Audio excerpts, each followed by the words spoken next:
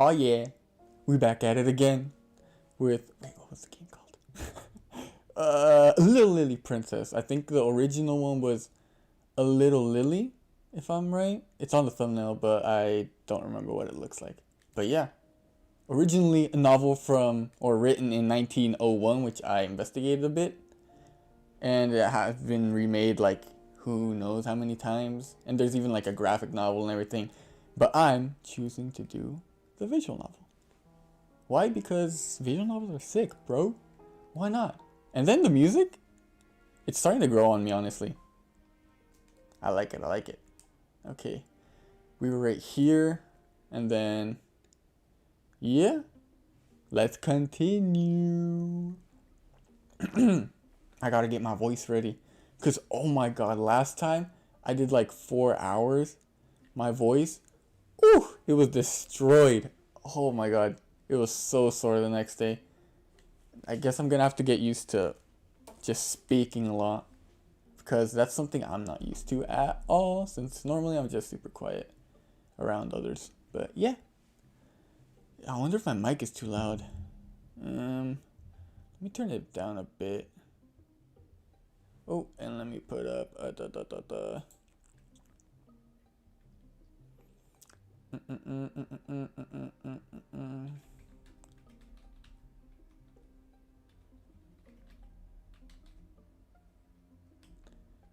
give me a second.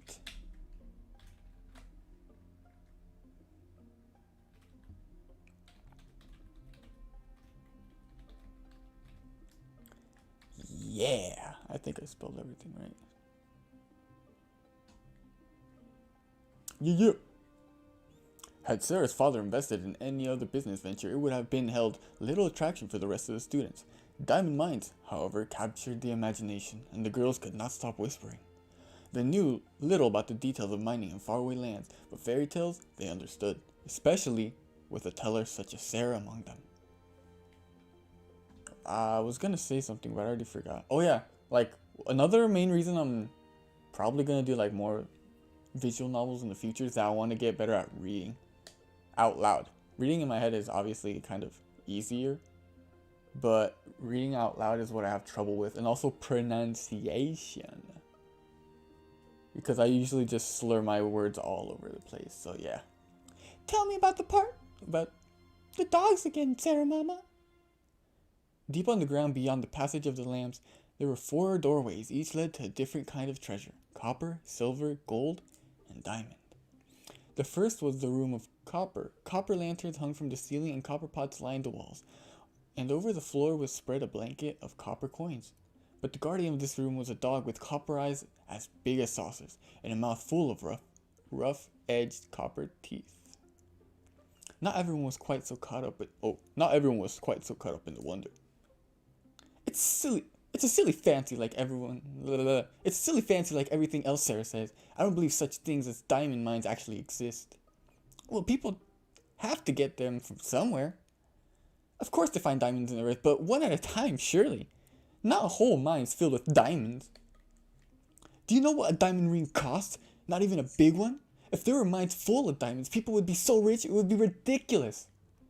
Perhaps Sarah will be so rich that she'll be ridiculous. She's ridiculous already enough. Enough already. Lavina, do you hate her? No, I do not, but I don't believe her. Conversation died as Miss Minchin walked into the main hallway. Girls, gather around, please.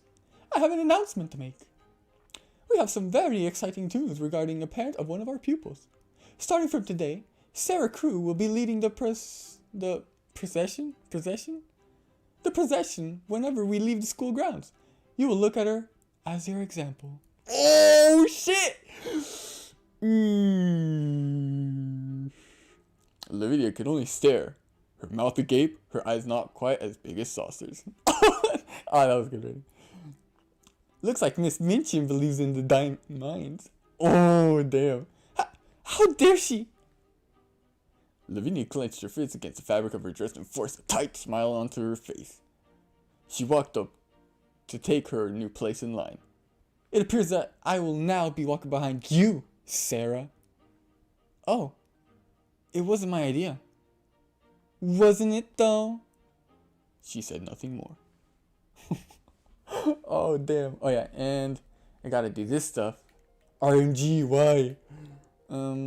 So I need mostly sympathy and knowledge. But since I'm going to go through, I think it was Betsy was her name? Betsy's route, I'm going to go for sympathy. So which one is more likely to get me any amount of sympathy? Excuse me? Yeah, it's gonna be tea parties. Let's go with that. And some knowledge? What else could I gain? Grace. Patience. I could use this too. Let's see. Do I have patience? I have patience. So I want to also have one where there's also a chance of getting grace. Okay, vigor, patience. Let's go with artistry. Nah, let's actually just go with this one. Hopefully I can get something good. No, it's artistry. Yeah, and then, yeah, I'll go with writing diary. Let's go with that. So, done. Yes. Visiting. Okay, we got one at least. Another one? Can I get another one, please? Three. Yes! Let's go. And then, one knowledge. Oh, that's fine. And, ooh. We got patience that time. Nice. Okay, that's fine. Oh, yeah. Sarah found Ermengarde. Oh my god. Okay, this name. I like her. I like her as a character. She's pretty nice. A little clingy. Not clingy, but she idolizes Sarah like a little too much, I think. But still, her name is so hard for me to pronounce. My god. Okay. Sarah found Ermengarde. Oh, see what I'm telling you? Sarah found Ermengarde in the main hall, wiping tears from her eyes. What is it? Is something wrong? Oh, Sarah, do you remember the nest of eggs we saw in the tree a while ago? Oh, did they hatch? Yes, 2 weeks ago, but it's dreadful. What's dreadful? Tybalt, Miss Minchin's cat. He got out and climbed the tree and killed the babies. What? Oh no! They were too young to fly. They couldn't fly away. I don't know if he got them all, but those poor things. Sarah's sorrow was more for Ermengarde's disappointment than for the birds. She had only seen them as eggs in a distant nest, never as living creatures, and had expected them to fledge and be gone before her thoughts returned to them. But Ermengarde had spotted the nest from her own window, had clearly returned to that window time and again to watch over them, had imagined for herself the companionship they might have shared as pets. Ermengarde had made the baby birds a part of her life without disturbing their freedom, and for her, it was a true loss. It's not Tybalt? Yeah, I think it is Tybalt. It's not Tybalt's fault. What? It's not Tybalt's fault. He's just a cat. Cats bite sometimes. I didn't. She wiped a hand over her wet face. I didn't say I was angry at Tybalt. People can be sad when bad things happen without having to blame anyone for them. Sometimes it isn't anyone's fault. So, you won't hurt Tybalt? Of course not. Why do you think that I... Because I heard Cook say that if Tybalt got into the kitchen and ate your chicken again, she'd have him drowned. So, I thought you might think like that too. Ermengarde blinked at Lodi, too confused to be upset. She really said she drowned him? I'm sure she was joking. Cook does have a temper. Cook's not very nice to Becky. Yeah, it was Becky. Let's see. Cook's not very nice to anyone. We don't know that. She might have friends or family somewhere. She's probably nice to them. Sarah didn't think it was right to condemn a woman she barely knew, even if everything she's heard from Becky and Mariette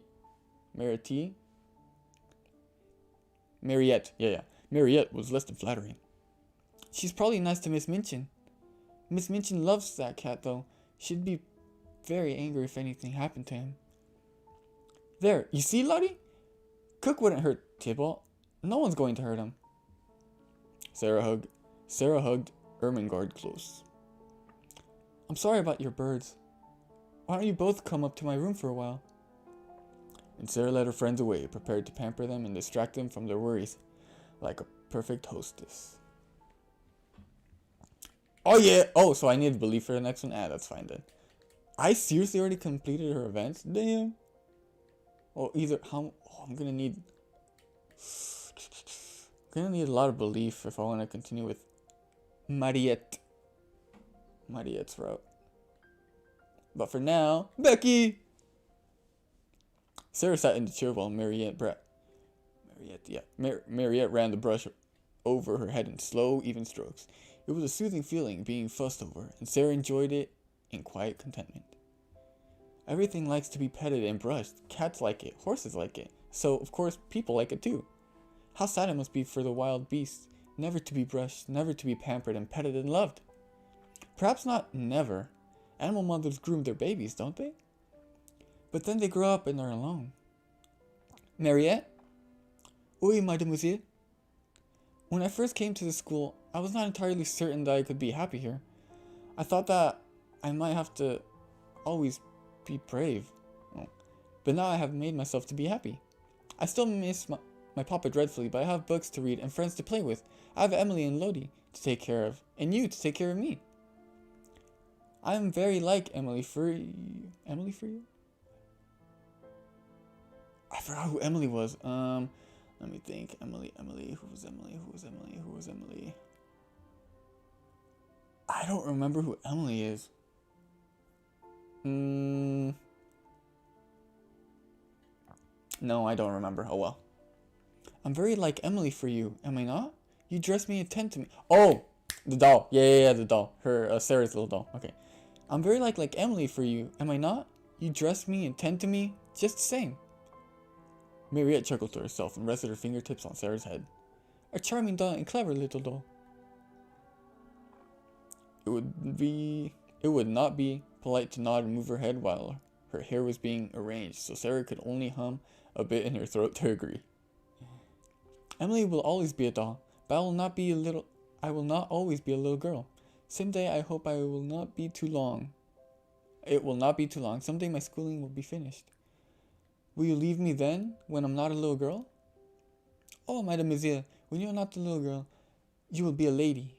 And when you are a lady, you will still require a lady's maid. A lady is in need for trusted hands to style her hair and mend her dresses, and to lace her corsets, if that is the style she prefers. A lady is in need of someone with an eye for fashion, to show her off in current mode. In the current mode? Do they mean like in the current fashion, I guess? To trim her hats and choose her jewels. A lady sounds very much like a large sort of doll. As long as you need me, I will be there. Here. Even if... Wait, did I choose the wrong route? God damn it! No! Oh well, I'll just continue. I'm already probably halfway through it. Even if I return to India... Even if I return to my papa's house in India? You said before that you do not wish to live in a gentleman's house. Ah, mademoiselle, what I meant was that I was more pleased to be a servant than a gentleman's. Servant? Wait, did she say that? To be your servant? Huh. I do not think of you as a servant, nor as a mother either. I think that you are my friend. Oi, mademoiselle, you are very kind. Will you still be my friend in India? You should not worry so, ma petite princesse. You will give yourself wrinkles. Aw. Oh dear.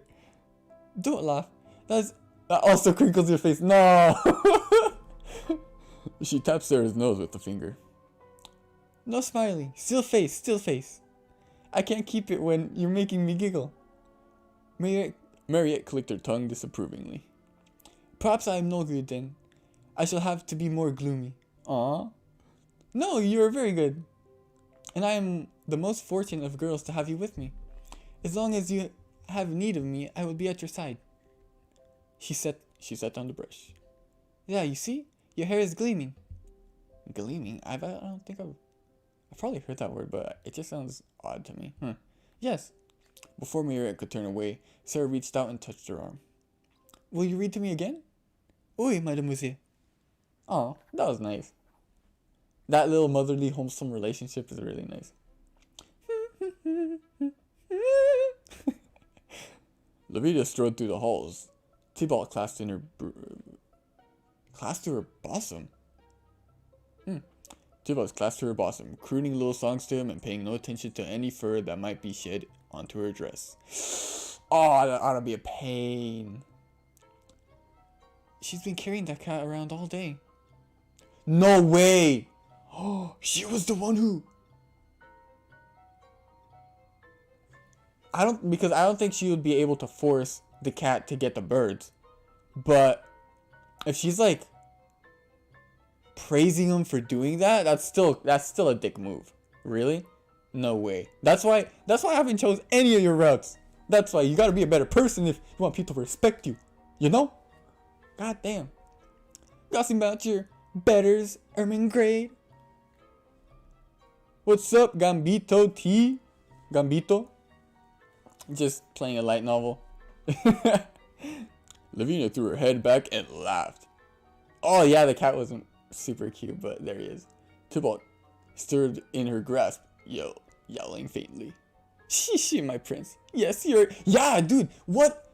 God damn, just because you're a little girl, I won't call you a B word, but still, you kind of deserve it. That's what cats do, you know? They eat the weak. The sound of her hovering marked her passage as she moved out of sight. I think she set that cat on the... Oh, I think she did, but... Would she, like... No. It's because I don't see how she could, like, directly force the cat to do it. Yep. Excelentemente. Viví en México como por 9 años. Así que el español me lo sé muy bien. Por lo menos el mexicano. El español mexicano. I think she'll set her cat on purpose. I'm sure she wouldn't do that. Nice. Mexican Spanish? You heard what she said. She was laughing at me. That doesn't mean that she... No, I won't believe it. She said that... she said what she said to taunt you. And that was very unkind of her, but she isn't a wizard person. Not really. It would be wrong to accuse her of something so dreadful. You're too charitable. Lavinia is horrid. Nah, está bien. Sí te entiendo de todos modos. I know, but you're always kind, and I'm glad that you're here, but she doesn't deserve it. It isn't so much about what she deserves. Kindness isn't something you should have to earn. A princess should always be kind, whether it's to a noble or peasant, or a witch. Sometimes being kind to a wicked witch is the only way to break her spell. Español normal. Or to make a friend. Sin jergas. I wish Lavinia would be kinder to others. So do I. And okay, next one. Belief on this dynasty. A ver. Sí, nomás está en este. Uy. Y some knowledge, so. A leer, se ha dicho. Yeah, a ver qué pasa. Vámonos. Ay, no. No.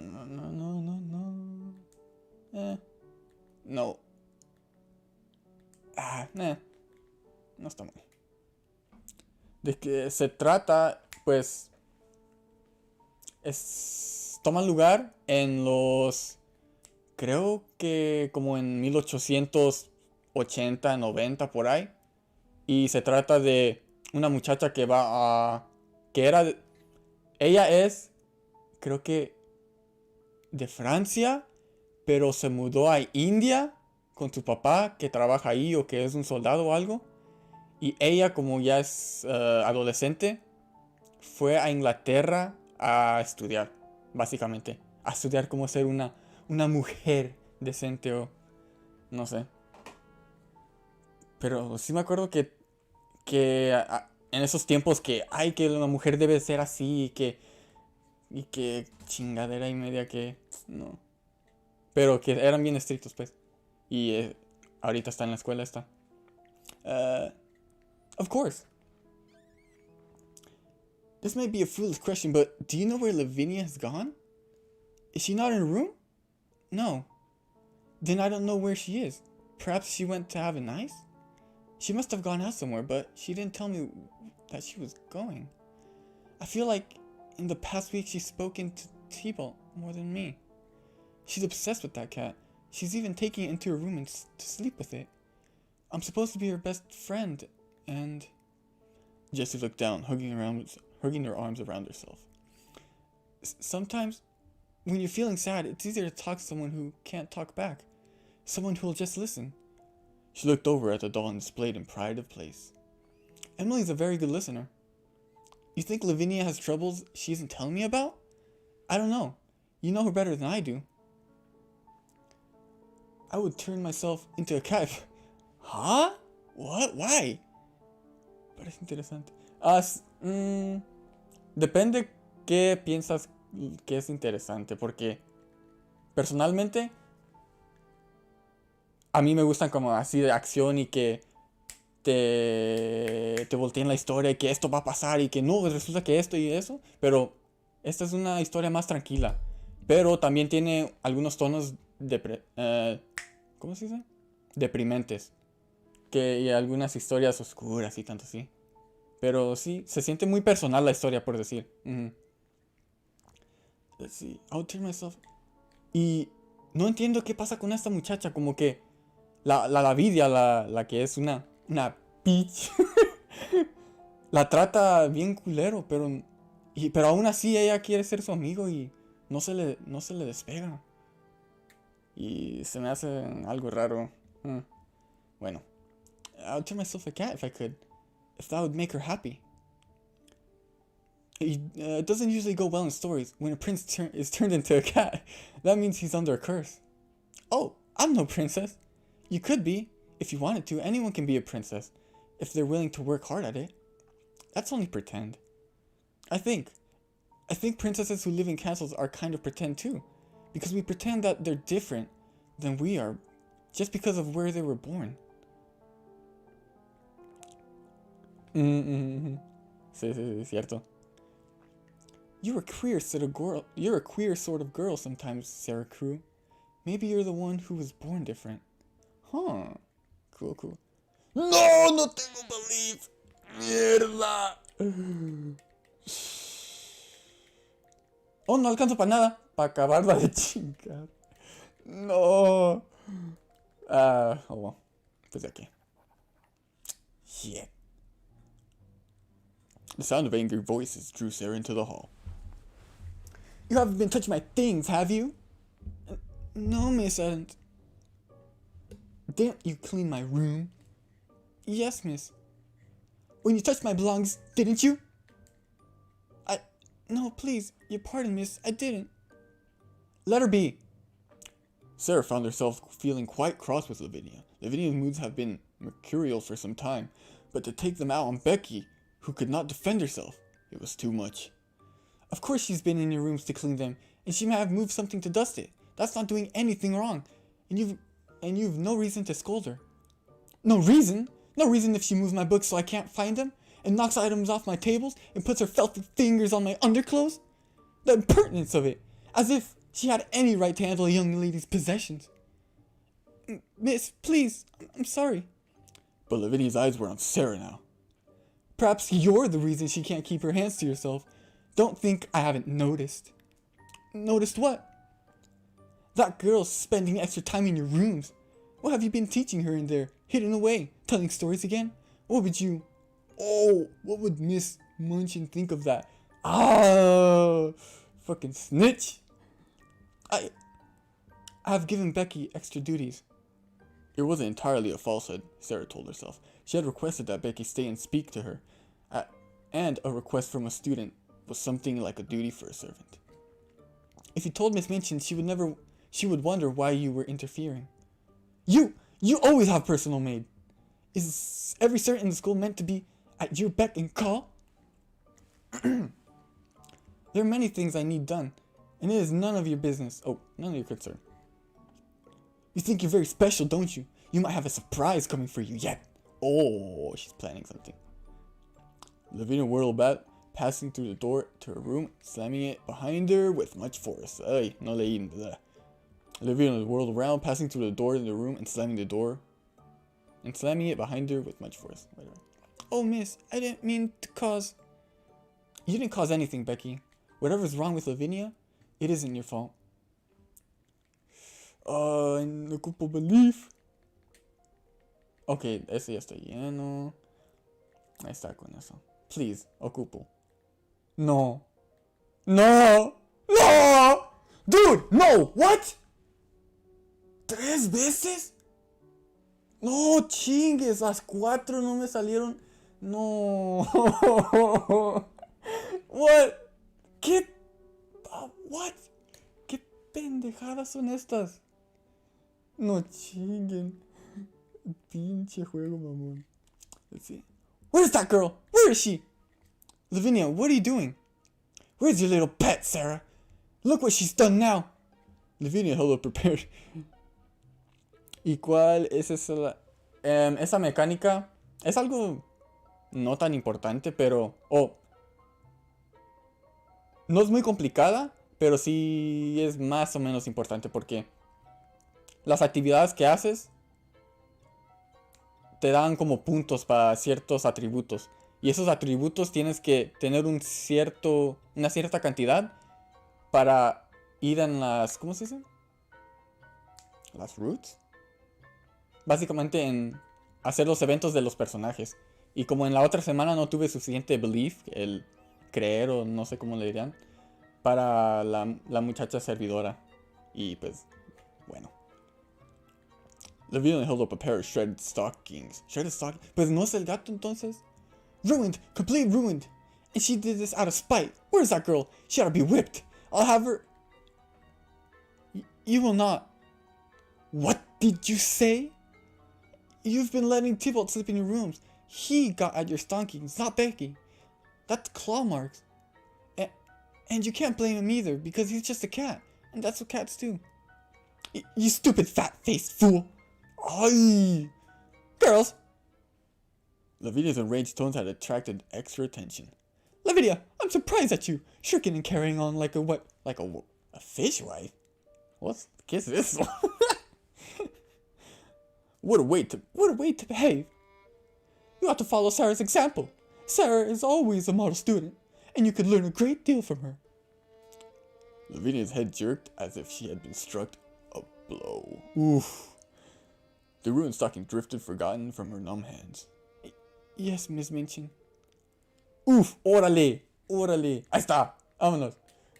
A ver, ¿dónde está? There we go. Becky. Becky leaned back in the soft, comfortable chair and listened to Sarah, as Sarah spun a story for her. This tale involved a king who had 2 daughters but no sons, and who was under a terrible curse that only a hero who traveled the witch's road could lift. Each daughter swore to do her best to save her father, and thus they each outfitted themselves and went on their separate journeys. The elder had hair gold, and she wore bright silver armor and carried a thin-bladed sword with a hilt like a bell.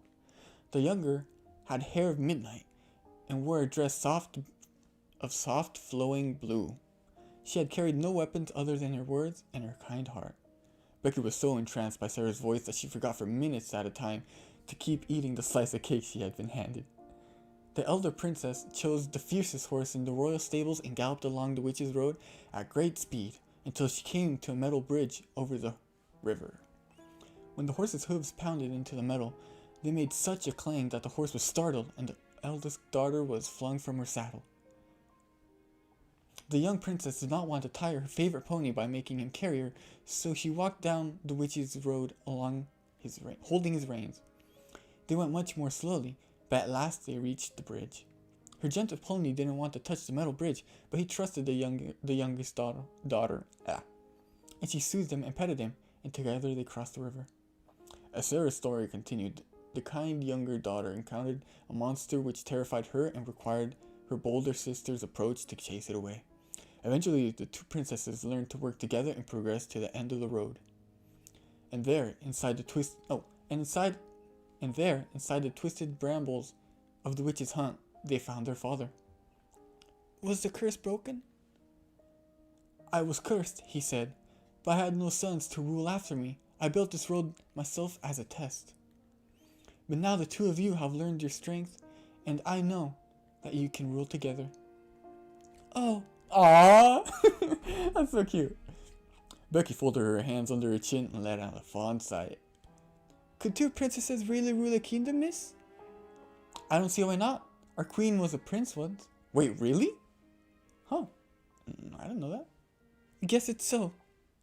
All of a sudden, she sat bolt upright in the chair. Blimey, the time. Sorry, miss. It's alright, I suppose you ought to go. Becky looked dolefully at the thick slice of cake, still half eaten, that sat before her. Can I take it with me, miss? I've got 'em pockets here, you see. Tied beneath Becky's apron was a stained old cloth pouch. No, why would you put that in your pocket? No. Oh well. Tied beneath Becky's apron was a stained old cloth pouch, the surviving half of a discarded pair of pockets from some lady's wardrobe. Sarah did not imagine that any cake held in such pocket would be pleasant to eat afterwards, but scolded herself that it was not her decision to make. Of course you can. Thank you, miss. She happily tipped the plate into her pocket. Aww, how sad. I can eat this up later in a static, miss. I've got to eat it carefully, cause if I leave the crumbs, the rats will come. Oh no, pobrecita. No. Rats? Are there rats there? Lots of them, miss. They're mostly as rats and mice in attics. You get used to the noise they make scuttling around. I've got so I don't mind them, so as long as they don't run over my pillow. Dude, no.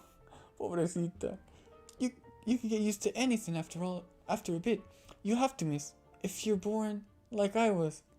I'd rather have rats than cockroaches. Oh, so would I. I think I might manage to make friends with a rat in time, but I don't believe I should make friends with a cockroach. Friends? Well, they are creatures just like cats or dogs. They could be friendly. I think Becky needs that food more than the rats do, but I wonder if the rats are hungry too. Perhaps if there are any crumbs in your pocket, you should shake it out somewhere away from your bed so that the rats come out to eat. They won't bother you. That's clever, miss. Perhaps I'll try it. Ah, pobrecita, no! No. As little Lodi walked past the classroom, which should be any right be empty at such a time, she heard a most curious sound. The noise was faint enough that most ears might have overlooked it, but even at its quietness, it was a sound which Lodi was initially familiar. It was the sound of a girl crying. And so it was and so it was that Lodi, who had never before been known for her sympathy, padded into the classroom and found seated on the floor with her arms hugging her knees and her eyes streaming with tears, Lavinia Herbert. What's the matter? Go away. Lodi herself enjoyed being fussed over far too much to imagine that anyone else might truly mean it when she demanded to be left alone. Lodi came closer and laid her plump little hand on Lavinia's shoulder, petting the older girl as teachers had petted her. There. Don't touch me! Aw. She lashed out, arm and elbow striking the smaller child full force in knocking her away. Caught off balance, Lodi twisted and fell hard upon her knee, skating slightly on the floor as she landed. Lavinia's tears had been quiet. Lodi's were anything but. Sarah was, at the time, in another room entirely, curled up in a window seat and enjoying a recently acquired book. Whoops. Between one word and another, her concentration was disrupted by the sound of a distant howling. For all the stories she had told of heaven, Sarah would be the first to admit that she herself was not an angel. She felt obligated to leave her book and look after the adopted child, but she was not pleased about it. Thus, when she stomped into the...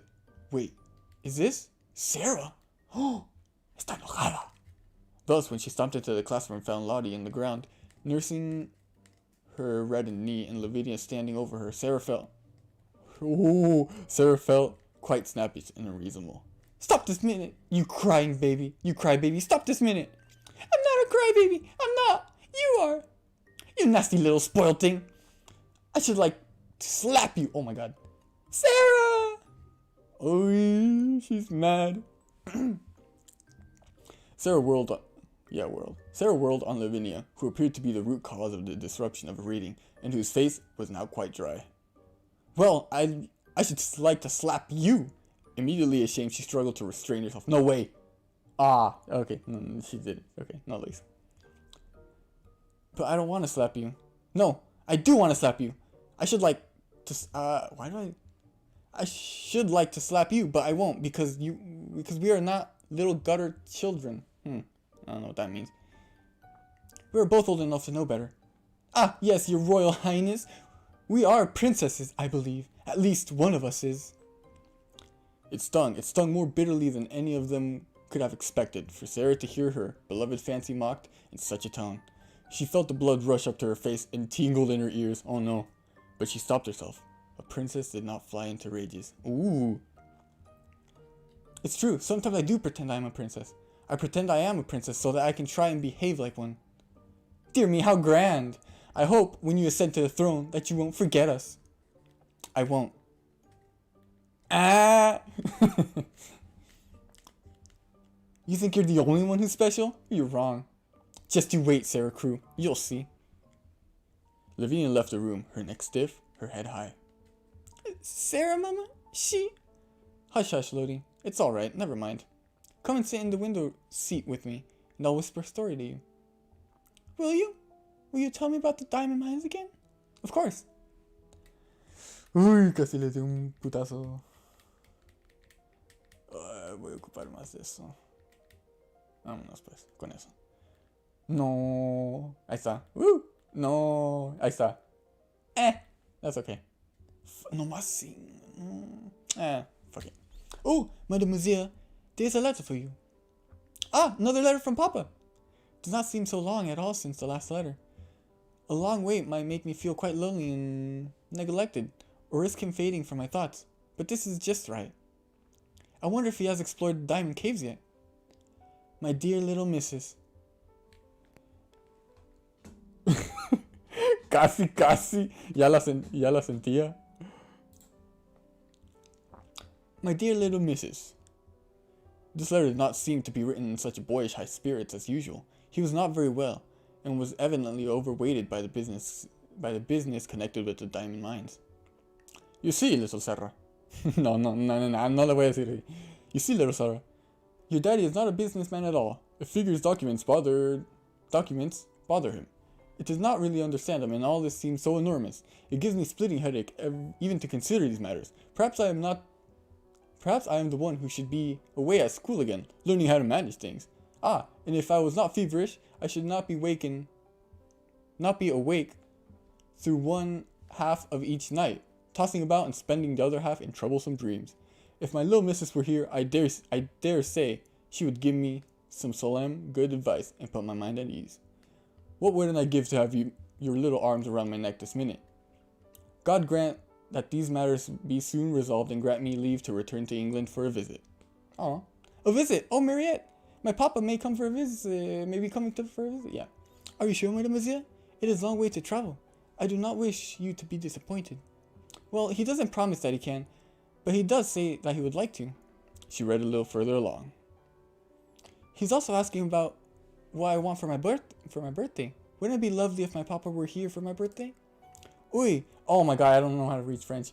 Mais Jean ni compte pas trop. Oh no. I know, I mustn't fasten my hopes on it. But it is a beautiful thing to believe. She looked down at the letter and smiled. Papa is asking if a doll will be an acceptable present. I told him I didn't want a lot of dolls, but he says a special doll might be a companion for Emily while I'm busy with classes. That is a pretty thought. Yes, she must be a very special doll. You see, I'm getting very old, and by the time my next birthday, I do not think I should be giving dolls anymore. This will be my last doll. There's something solemn about that, don't you think?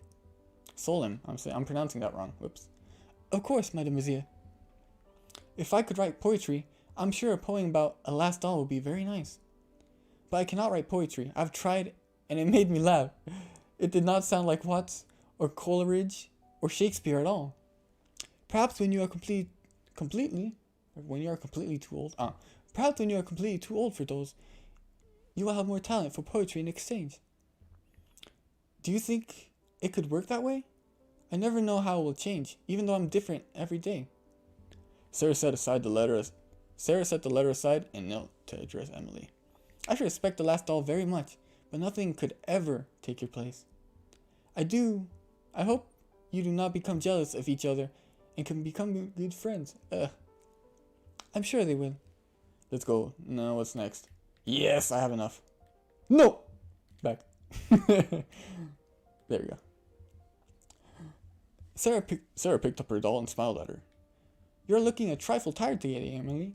You must have been very busy while I was out of the room. She gave the doll's curls a careful brushing, then tucked. Did I not choose Betty's pass? Huh. Onta la Betty. She gave the doll's curls a careful brushing, then tucked her into her own little cradle bed, arranging her hands to lie over the fabric cover. I think you'll feel better after a nap. I'm hoping. Oh, okay. See. I'm hoping that Becky will come to visit today, but we'll try to be quiet so that we don't disturb you. With the air of an expectant hostess, Sarah moved around the room, running her hands over shelves and turning cushions to be just so. Okay. The room was already perfectly neat, of course. Sarah was not an untidy child by nature, and anything she might have disarranged since Becky's last visit would have been set straight by Marriott. Still, it seemed the sort of thing a princess ought to do. Looking your best shows that you care about your visitors. Hell yeah! Having reassured herself that everything was just so, she settled in at her desk with a sheet of sums to work for her classroom. £2, 12 shillings, 8 1/4 pence. What? What's a pence? Plus £1, 14 shillings, 5 1/4 pence.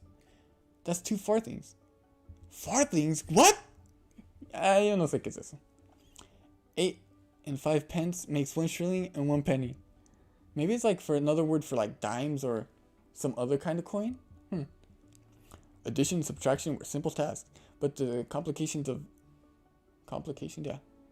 Oh yeah, so it is money or something like that. But the complications of British currency were such that they needed to be practiced over and over again to be certain one did not forget.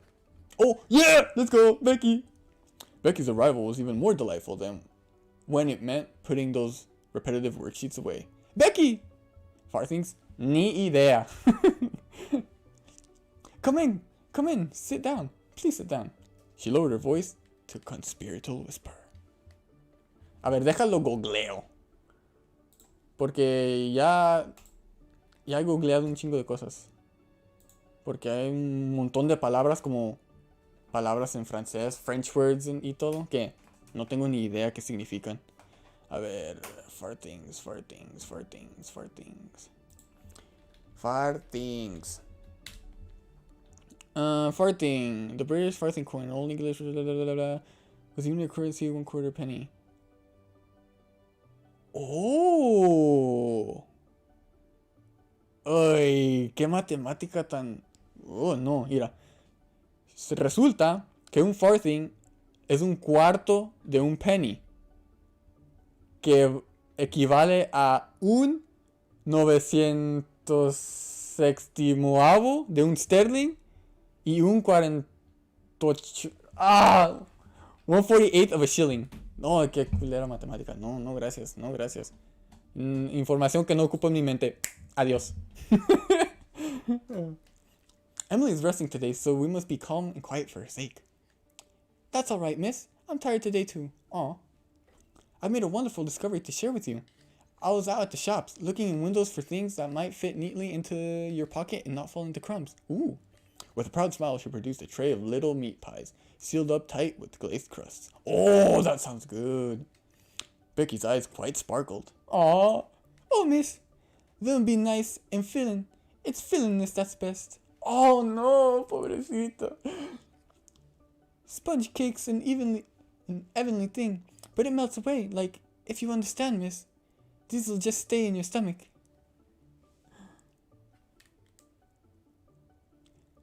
I don't believe it would be a good thing if pie stayed in your stomach for always. That line of thinking led somewhere indelicate, so she quickly abandoned it. Como es de dinero y monedas y todo eso, obvio que si vas a comprar vas a tener que calcular cuánto vale una moneda y qué vale una moneda en comparación con otras monedas y tanto así que sí tiene lógica, pero no en estos tiempos de nosotros. No gracias. I do hope they will be satisfying. I wish you had told me before about the cake. I could have brought you something else before this. Beef sandwiches, perhaps? Or rolls in bologna, sausage. All that for me, miss? Of course, why not? I like to share food with you. I like to see you enjoy yourself. None of the girls here ever enjoy Cook's meals half so much. But I might never have guessed you wanted something other than cake. Why don't you tell me? Wait, give me a second. Boop. Ahí está. Oh, please, miss. No one's ever been so kind to me before. Not even my own mom.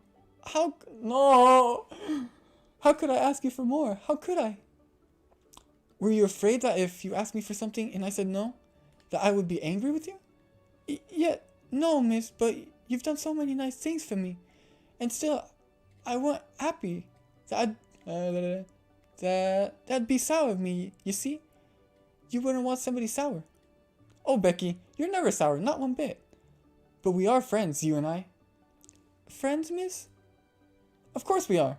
And a friend isn't upset when a friend asks for her something. Even if she might have to say no. Demasiada. I could have done this for you sooner if you hadn't kept it a secret. What you wanted. Let's promise never to keep secrets from each other ever again. Una promesa. Algo pesado. She held out her hand to seal the pact. Becky started to reach for it, then hesitated. Never at all, miss? What if there are some secrets that are nice? Like surprises. Ah! Oh, I didn't think of that. You're very clever. Becky smiled in nervous agreement. I will make a better promise then. Let's promise to always trust each other if we need help, alright? Alright. They clasped hands. The scullery's maid's palm was roughed in claws. Oh no. But her fingers curled sweetly around Sarah's. Good. Ah, pobrecita. No. Oh. Stick together now, girls. Keep in line. It was Sunday and the girls of Miss Minchin's select seminary walked together on their way back from services. The air was warm and the foggy veil of London thin air for sunlight to pass through. It seemed a day designed to inspire rest and relaxation. Oh, creo que es un muchacho. In that indolent atmosphere, only Sarah heard the fruitless cough of the beggar child. She could not have said whether it was the same child as before, nor did she take the time to consider the likelihood of such. She moved without thinking, her coin purse in hand. Here's a 6pence. Go and buy yourself some fruit and something to drink. After passing on her bounty, Sarah returned to the formation of girls, fully expecting to be scolded by Miss Minchin. Such was not to be. Oh, ¿no le dijo nada? Huh. ¡Qué hipócrita! Did you see that, girls? Sarah's giving you a very fine example of a Christian generosity and kindness. We all know the importance of these virtues, but we often find it difficult to put them into practice in our daily lives. That's our Sarah. Yes, our marvelous little princess. How strange. Have I changed so much in the months that I have been here? Or has Miss Minchin? Or could it be that we are both exactly as we always were, and something else has changed instead? Okay, ¿qué ocupo? Más belief, grace, patience. Nomás esos tres. Entonces. También ocupo algo de Grace. Este. No. Este tampoco. Este.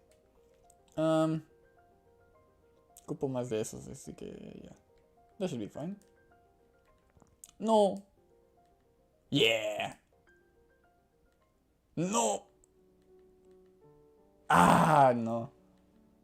Está bien. Con eso. Thank you for having me to tea, Sarah. You know you're always welcome. Yes, but I still appreciate it. I don't think I should stop thanking you when you do nice things just because you've done them before it, and I've thanked you before. Aw, true, yeah, cierto. You're very sweet.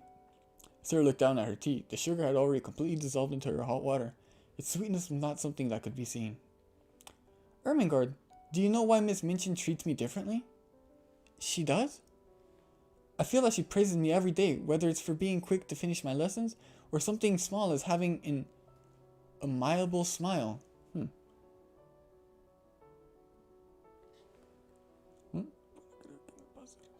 Está bien.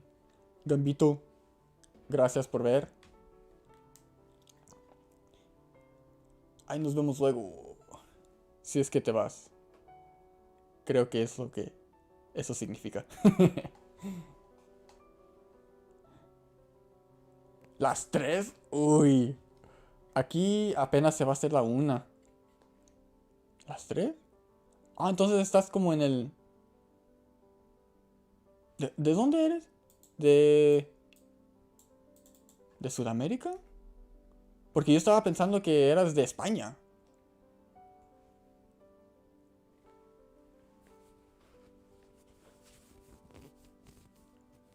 Porque como dijiste que hablas el español normal, yo pensé que era el español español.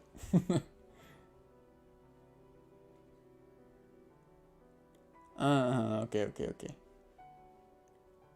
Pues que tenga buenas noches. Y gracias por checarme un rato. Estuvo chido. Y gracias por la conversación. Me hacía falta. Perú. Chido. Huh. Y yo pensaba que Perú estaba como en el mismo time zone que nosotros. Está bien. Bueno, ahí nos vemos. Gracias por ver. Deja continuo. Ok. No sabía.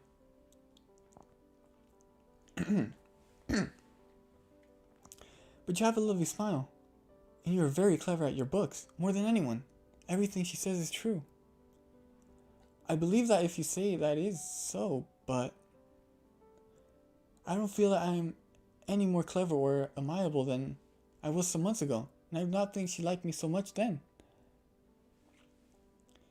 Maybe it took Miss Minchin a while to realize just how wonderful you are.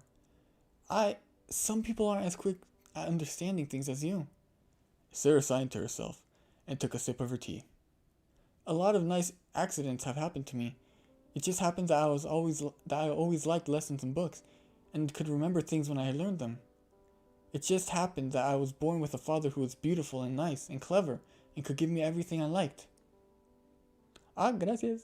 10 minutos más, está bien. Perhaps I have not really a good temper at all. If you have everything you want and everyone is kind to you, how can you help but be good-tempered? I don't know how I shall ever find out whether I am a really nice child or a horrid one. Ooh, that actually makes sense. Perhaps I'm a hideous child and no one will ever know. And just because I have never have any trials. Never have any trials.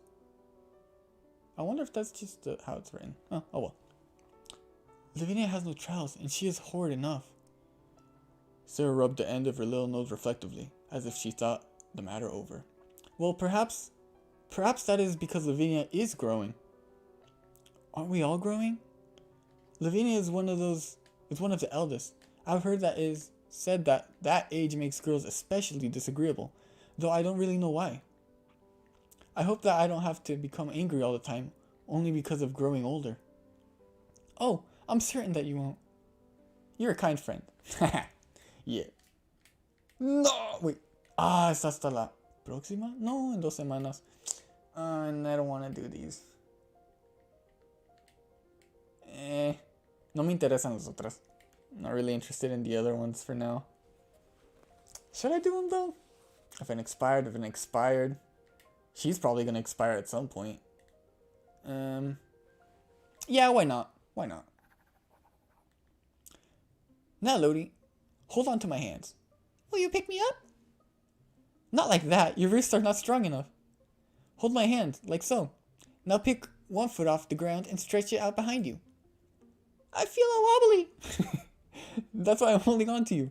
Press on my hands and try not to lean forward as you stretch. This feels strange. Sarah came into the room to find Jessie and Lodi engaged in some matter of dance practice. Oh, Lodi, I can see your petticoats. Sarah, mama. She let go of Jessie and rushed over to Sarah to demand a hug. Will you play with us? Play? I thought you were dancing. We weren't exactly. I had an idea and wanted to see if she could do it.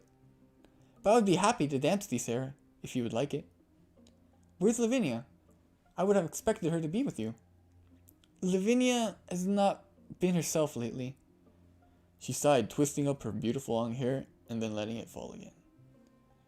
Oh, Sarah, it's been so difficult. I've always admired Lavinia so very much, but now... Admired? Quite unexpectedly, Lavinia swept into the room. Jessie's eyes went wide. Jessie's eyes went wide. Hands flying uselessly to cover her mouth. Yes, you admired me, didn't you? Only now, there's a little diamond girl for you to admire, isn't there? You're nothing but a useless psychophant?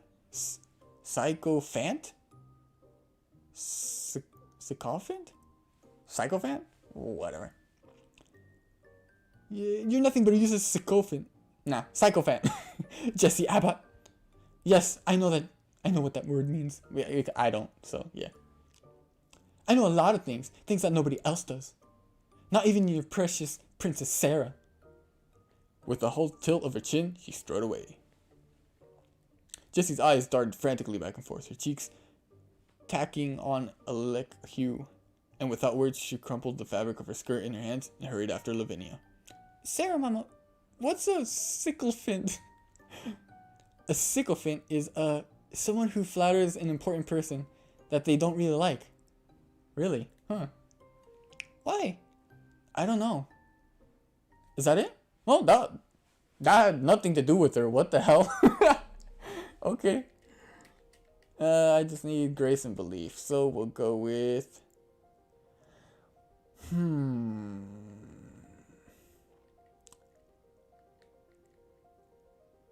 Yeah, I think that this will do. Because I want more... Oh, I actually don't remember what I needed for...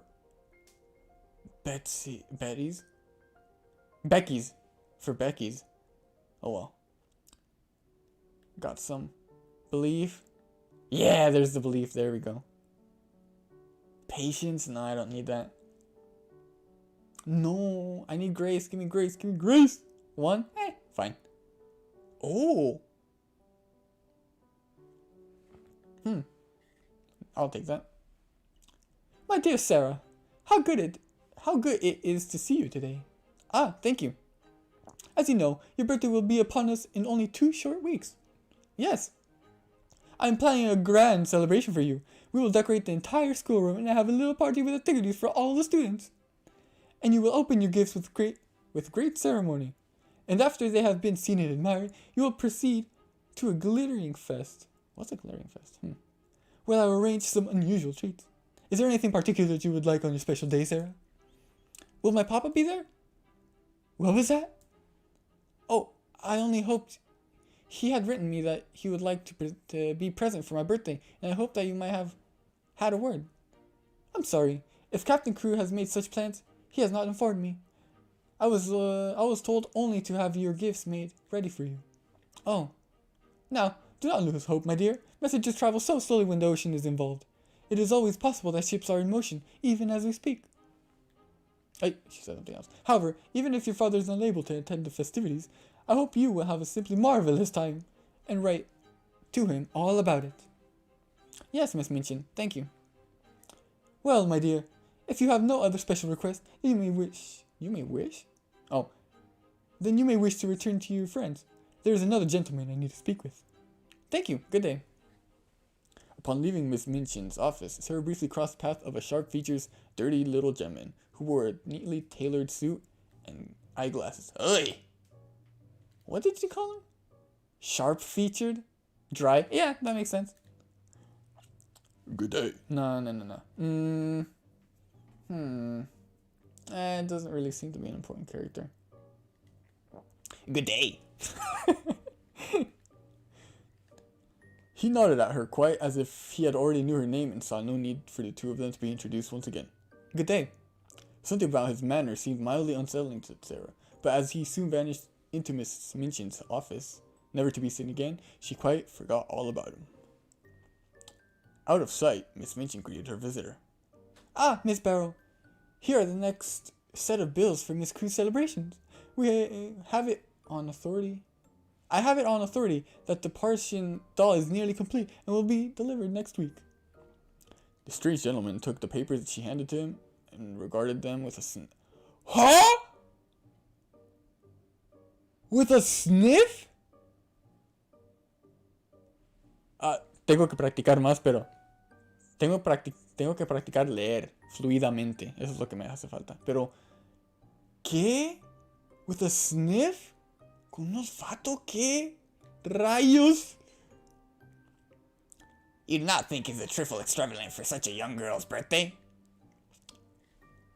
Captain Crew expected his very best for his daughter. I don't see how it is in your place to judge. He ordered that your firm would pay all the expenses, did he not? Yes. You're very fond of the girl, then? She's my most important pupil. I see. Very well. I shall take these and add them to the receipts for disbursement when the next payments arrive. Good day to you, Miss Minchin. Pues hasta la próxima semana con Becky. Bueno. Sarah was seated comfortably in her classroom, gazing out the window and thinking. It was not the seat itself was so comfortable. The long-form benches of the schoolroom were chosen for function and ease of use, not for gently cushioning the tender bottoms of schoolgirls. I feel uncomfortable saying that line. What the fuck? Sarah's own cozy little parlor contained far more comfortable places to sit than the classroom or even the dining room at Miss Minchin's. However, sometimes the change of scenery was more conducive to clear thinking. There was something interesting about being in a classroom when all the other students had gone. Is it still a classroom if there is no class in it? I thought we already had this conversation. And yet it was not long before someone else did enter the room. Someone who stood at the corner of Sarah's vision, unwilling to speak and interrupt, but nearly bouncing on her toes from excitement. Lodi? After looking outside and letting her mind wander for so long, Sarah's eyes seemed to view everything in the wrong colors, and Lodi's round face was overlaid with pinks and greens. She blinked a few times to clear her vision. Lodi clapped her hands together, taking this as permission to speak. May we go and see the dolls, Emily? The doll Emily now? And have tea? Alright. Sarah led the way up the stairs, motioning Lodi behind her to stay quiet. We must be careful not to disturb her. Disturb who? If we're very lucky, you might see. The door to Sarah's room stood in front of them. Sarah placed her finger over her own lips and then to Lodi's. Only after Lodi nodded, did she reach the front door. Then Sarah suddenly turned the handle and threw it wide open. Its opening revealed the room quite neat and quiet, a fire gently burning in the grate, and a wonderful doll sitting in a chair by it, apparently reading a book. Oh, she got back to her seat before we could see her. Of course, they always do. They're as quick as lightning. Lodi looked from Sarah to the doll and back again. Can she walk? Yes, at least I believe she can. I believe dolls can do things they will not let us know about. Perhaps, really, Emily can read and talk and walk, but she will only do so when people are out of the room. That's her secret. You see, if people knew that dolls could do things, they could make them... they could make them work. What? Okay.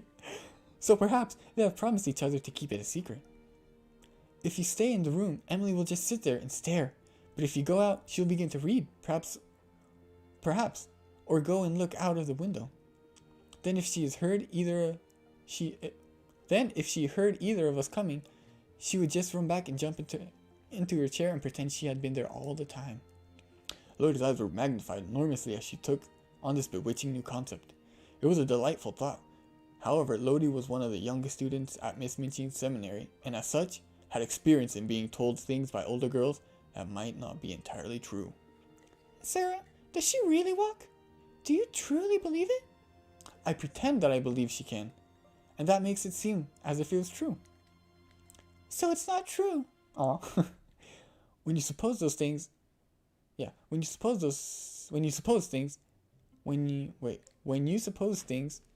you pretend them with great vigor, that makes them almost real. If you imagine yourself that there are fairies in the London sky, if you stare up into the sky thinking about, commas are weird in this word. If you imagine for yourself that there are fairies in the London sky, if you stare up into the sky thinking about fairies and looking very hard for them, you might almost catch a glimpse of one. Uy. Igualmente, que tengan buenas noches. And if you're not sure what you saw, was it real or wasn't it? Were you pretending? Was it a dream or a vision? Did you actually see anything at all? You know that you were pretending, so it is not so terrible if you didn't see anything. But maybe, just maybe, you were right all along. Sometimes stories do come true. Do you understand? I think so. Would you like to hold Emily? Oh, may I? May I really? She's beautiful. And Emily was put into her arms. Lodi smiled down at the doll, cradling her gently and fingering her fair curls. They must move very fast to get out of sight when we come in, mustn't they? I wonder if we could learn to move like lightning. Oh, we couldn't do it. You see, it's kind of magic. Maybe people can have magic too. That is nice to pretend. But whether we can have magic or not, we can certainly have tea. Next week, there we go. Sarah is playing hostess to Jessie at a tea party in her rooms, but upon this occasion, the redhead. Jessie's interest seemed more drawn to Sarah's French maid. Truly? The corset is no longer at the height of fashion? Not in Paris, mademoiselle. It is quite good enough in Province. In London, the curved back and large bosom still dominates, but Paris must always be at the front of things, you see. Isn't it a lovely idea, Sarah? To be free to move and breathe, to have a small chest and still be beautiful?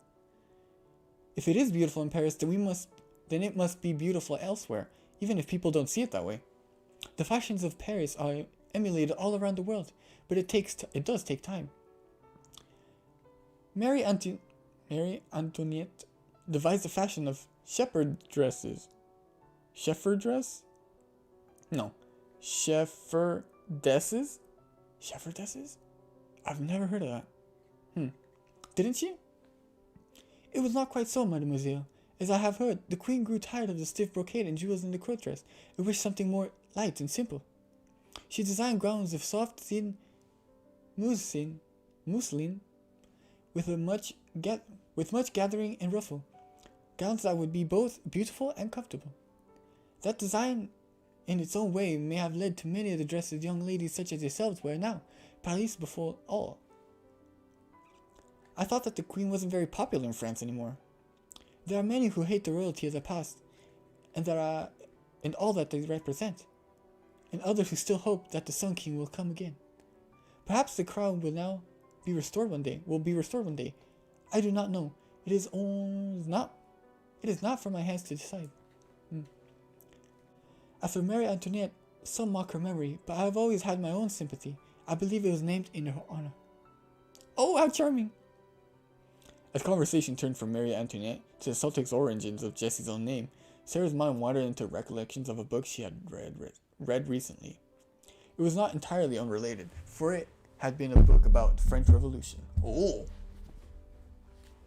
Specifically, the prisoners of the Bastille, men who had spent so many years in dungeons that when they were dragged out by their rescuers, their long gray hair and beards covered their faces. Damn!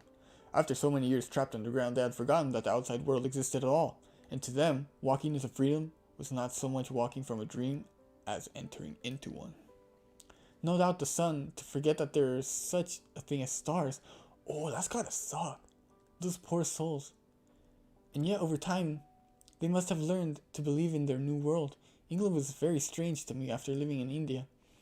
And now it seems as real, or even more so, than my memories. Sarah? Oh, please excuse me. I thought my thoughts began to run away on their own. A pity that they can't that they can't carry us with them. Oh, cool. Belief and grace. So I get belief from here. Get some grace from dancing. And no, not that. Damn, grace is actually kind of hard to get. Now that I notice. Okay, my grace is okay, so I need to focus on belief. Yeah, let's go with this. Because I need belief for sure. Nope. Okay, there we go. We got it. Yeah! Perfect. Ooh, 10's all straight. Let's go. That's the first time. Yeah, that's it. Miss? Yes! Becky! Oh! Sarah was startled when Becky caught her arm in the hallway one day. The scullery maid was usually too timid to be so insistent. If Sarah did not call out to her, Becky would more often pass by unnoticed. What is it, Becky? Oh, miss, I heard that it is your birthday soon, miss. Yes, it's next week. That's what I thought I heard, miss, but I wasn't sure. When is your birthday, Becky? No!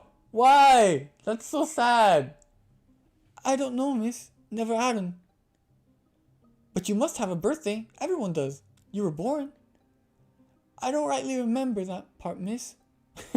True, no one does.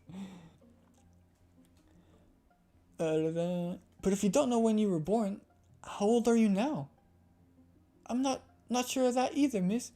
The workhouse reckoned I were past 14 and old enough for service. Aw.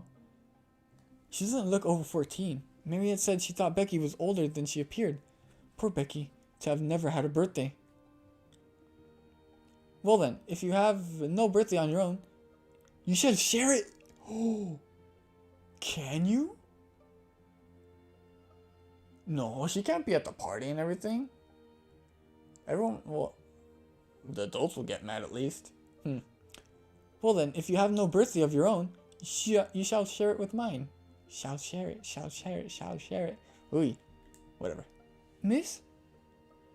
Miss Minchin asked if there was anything I wanted from my party, and I want my papa to be there, but she can't fix that for me. But she can let you come to my party, and I'm sure she will if I ask her to. Oh, really? Okay. Oh, miss, are you sure? Of course I'm sure. Every little girl deserves birthday parties. Maybe you're older, or maybe you're not, but you're still a little girl. Becky made a small noise like a laugh, half swallowed and tucked away. Aww. Oh, I've got to scrap. I've got to scrap her now, miss, but I hope you're right. Aww. Yes. Becky. When Sarah went to her sitting room in the afternoon, she found on the table a small dumpy package tied up in a piece of brown paper. A birthday present. And I think I know who it came from. She unwrapped the paper quite tenderly. Inside there was a square pincushion made out of some not quite clean red flannel. Black pins have been struck carefully into the surface to form the words, "Many happy returns." Oh, dude, I would cherish that to eternity. Oh my god. Who cares if the spelling is whack or out of this world? Cherish that thing with your life, bro. The sight and the thought of the pains Becky must have taken to put it all together gave Sarah a warm feeling in the heart. Yeah. I like it so much that it makes me feel sorrowful. But the next moment she was mystified. On the other side of the pincushion was secured a card bearing in neat letters the name Miss Maria Minchkin. Sarah turned the card over in her hand in case some message were written on the underside, but there was nothing. Miss Minchin? How can it be? And just at that moment, she heard the door being cautiously pushed open. Becky peeped around the door, then grinned and shuffled forward, pulling at her fingers. Do you like it, Miss Sarah? Do you? Like it? You darling! You made it all yourself. Made this all yourself. Becky gave a hysteric but joyful sniff, and her eyes... Oh, no! She's so cute! Damn it! No. And her eyes looked quite moist with delightment. Can't do fancy stitching like Mariette, but I ain't nothing but flannel, and the flannel ain't new. But I wanted to get you something, so I worked on it in the night. Oh, I know you could pretend that it was satin with diamond pins in it. I tried to when I was making it. Oh yes, a blue satin cushion and pink diamonds, the rarest, most precious of all. Something Becky made with her own hands in her spare time, when she has so little and already more precious than diamonds. Is already more precious than diamonds. Hell yeah. But why does it have Miss Minchin's card on it? It wasn't wrong of me to pick it up out of the dustbin, was it? Miss Minchin had thrown it away. I hadn't got a card on my own. And that makes sense. Okay. And I knew it wouldn't be a proper present if it didn't pin a card on it. And so I pinned Miss Minchin's. Aww. Sarah flew at her and hugged her. She could not have told herself or anyone else why there was a lump in her throat. Oh, Becky, I love you. Becky, I do. Oh, miss, thank you, miss. Kindly, but I ain't good enough for that. The flannel wasn't new. Oh, dude. She's so nice. Sarah laughed into Becky's neck. A queer little laugh that sounded almost as much like tears as it did joy. You're far too sweet. She pulled back, looking into Becky's dear face. I wish I were the fairy godmother who could bring you a magical dress and turn you into the princess you deserve to be. Me? Of course. You are the kind and ill-treated heroine who works hard every day without any thanks. In any proper story, you ought to turn out to be the lost daughter of a king. I don't think my mom's ever seen a king, miss. It doesn't have to be that way. A fairy tale baby might be sent down the river on a tiny boat to safety, or discovered curled up inside a walnut shell. Don't think I'd ever fit in a walnut shell either. Oh, Sarah giggled. Well, however you were born, and wherever you came from, I'm very glad that you're here now with me. Oh, she's so nice, bro. She deserves so much more. Why is the world so cruel? Come on. Mademoiselle, you must hold still so that I can see a new dress on you correctly. So I can see a new dress on you correctly. That's pink? Did they actually have that tinge of pink back then? It's like way too pink. What? Huh. I'm sorry, Mariette. I heard a horse's hooves and the sound of wheels, and then they slowed, and I thought perhaps it was a carriage come to call, a carriage with my papa. Oh, probably not though. Mademoiselle, hanging your head will not make your papa come any faster, nor it will help me adjust your dress for the party. Is it wrong to keep hoping, Mariette? I know he never sent word that he would come, but he never sent I know he never sent word that he would come, but he never sent a letter to say that he absolutely couldn't either. I do not think that I can answer that, Mademoiselle. I hope there is something hope is something very personal. Then I think I will. It will be sad if my birthday comes and my papa's not here. But if I give up hope, then I could be sad now. I think it will be easier to be a little sad then, while I'm having a nice party with my friends, than to be sad now. I'm sorry. I didn't mean to make it more difficult for you to finish my dress. Sarah raised her head and spread her arms like a little doll. If my papa is to see this, then it must be lovely, and if my papa will not be here, then it should be just as nice to keep up our spirits. Isn't that right, Emily? Mariette laughed to herself, but would not say why. What do I need? Sympathy and belief. Ooh, perfect.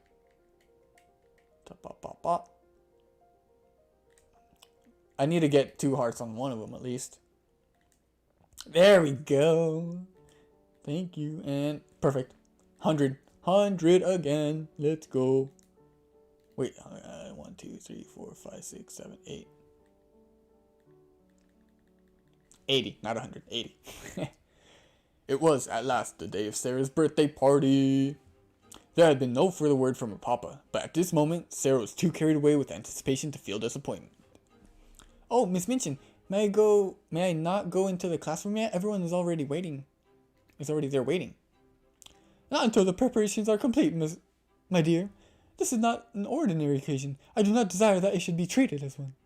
And so she was required to wait in the hall, breathless and fidgeting until Cook emerged from the classroom. Everything's ready, Mom. Fuck it, I like that voice her. Very well. Take my hand, Sarah. Let us enter. Sarah entered the wholly hung schoolroom as the head of sort of a procession.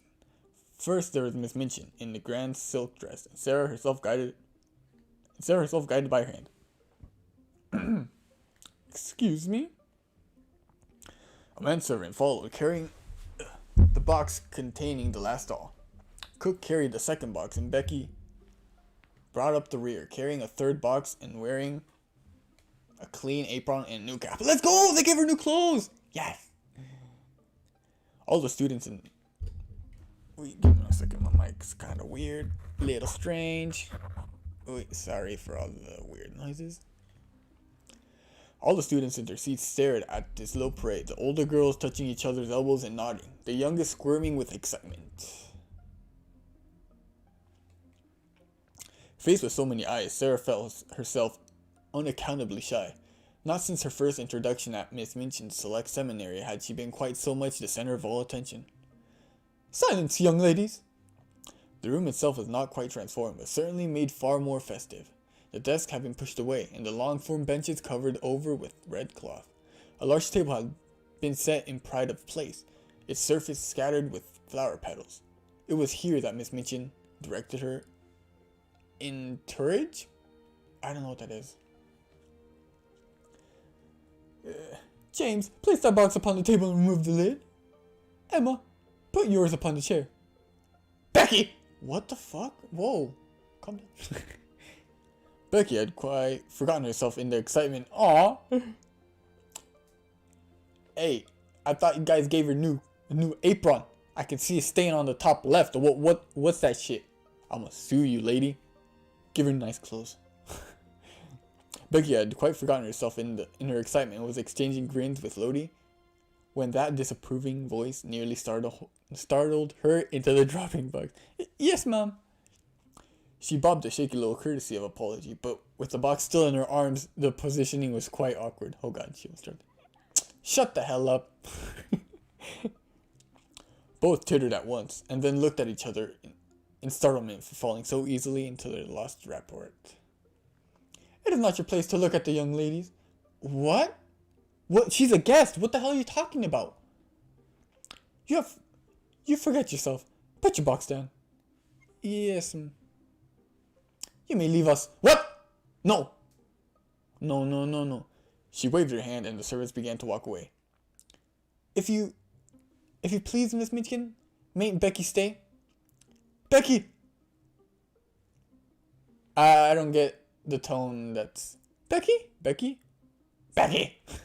Whatever. Right here. I want her because I know she will like to see the presents. She's a little girl too, you know. Miss Minchin was scandalized. She glanced from one figure to the other. My dear Sarah, Becky's a scullery maid. Scullery maids are not little girls. What the hell are you talking about, lady? Oh my God. Oh. What's up, Orange Crew? Orange Crew mate? Oh, Orange Crew mate. Okay, I get it. But Becky is, and I know she would enjoy herself. Please let her stay because it's my birthday. Miss Minchin took a slow breath and replied with much dignity. As you ask it as a birthday favor, she may stay. Rebecca? Thank Miss Rebecca. Oh yeah, Becky. Yeah, of course. Rebecca, thank Miss Sarah for her great kindness. Becky had been backing into a corner, twisting the hem of her apron in delight suspense. She came forward, bobbing courtesies. but out of Miss Minchin's sight, she passed a friendly wink to Sarah. Aw. Oh, if you please, miss. I'm that grateful, miss. I did want to see the doll, miss. That I did. Whoops.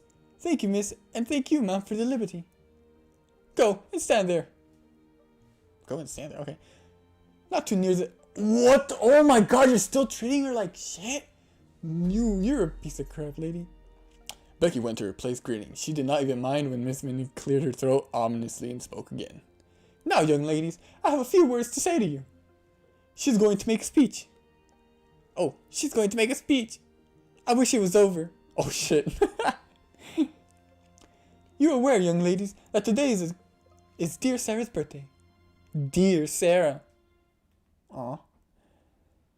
Sarah's birthdays are rather different from other little girls' birthdays.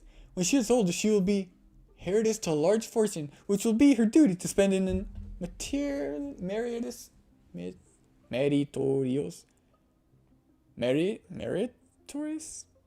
manner. Fuck that. I don't care. The diamond mines.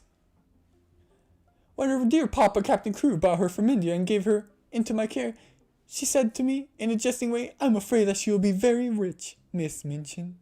My reply was, "Her education is at my ceremony, Captain Crew, shall be such as will adorn the largest fortune." Whatever.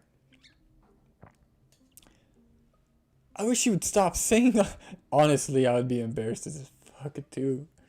I wish she would stop saying those things. Make me feel hot all over, and everyone's staring. Sarah has become my most accomplished pupil. Her French and her dancing are a credit to the seminary. Her manners, which have caused... First of all, she already knew French. You didn't teach her shit. Second of all, her dancing, yeah, you may have to get... But that's... She learned it herself. You didn't teach her shit. Shut up, lady. You should take no credit. What the hell? Her manners, which have caused you to call her Princess Sarah, are perfect. Her amiability she exhibits by giving you this afternoon's party. I hope you appreciate her generosity. I wish you to express your appreciation of it by saying out loud all together, "Thank you, Sarah." The entire school rose to its feet and chorused Miss Minchin's words. Lodi even jumped up and down. Aw. Sarah looked rather shy for a moment, then made a very nice courtesy. "Thank you for coming to my party." "Very pretty indeed, Sarah. That is what a real princess does when the populace applauds her." "Lavinia, the sound you just made was extremely like a snort." "If you are jealous of your fellow pupil, I beg you will express your feelings in some more ladylike manner." Ooh, te callaron. "Now, I will leave you to enjoy yourselves." No. The instant she had swept out of the room, the web-like aura that had held the girls down dissipated, and they rushed from their seats in a babble of excitement. It was the boxes that drew the most attention. Sarah was bent over one. "They're books, I know." "Does your papa send you books for your birthday present?" "Why, he's as bad as mine." "I like them." "Ooh, a subscription! Let's go, Orange Crewmate. You sick? You the man, woman, or neither of this house. Yeah." "Books aren't exciting. I want to see the doll." For everyone present, through whispered rumors, had come to know that a quite magnificent doll was due to appear. Even so, when Sarah finally produced the last doll from her box, a number of the girls were struck speechless. It did not seem possible that she could be a doll. She looked only a bit smaller than the youngest students, as if a beautiful child had lain asleep in that box. "She's dressed for the theater. Look at her cloak lined in ermine. Oh, she had an opera glass in her hand." An opera glass? I wonder what that is. A blue and gold one. Sarah drew out the doll's trunk and the little golden key which unlocked it. Inside were tray after tray of delightful things. There were lace collars and silk stockings, handkerchiefs.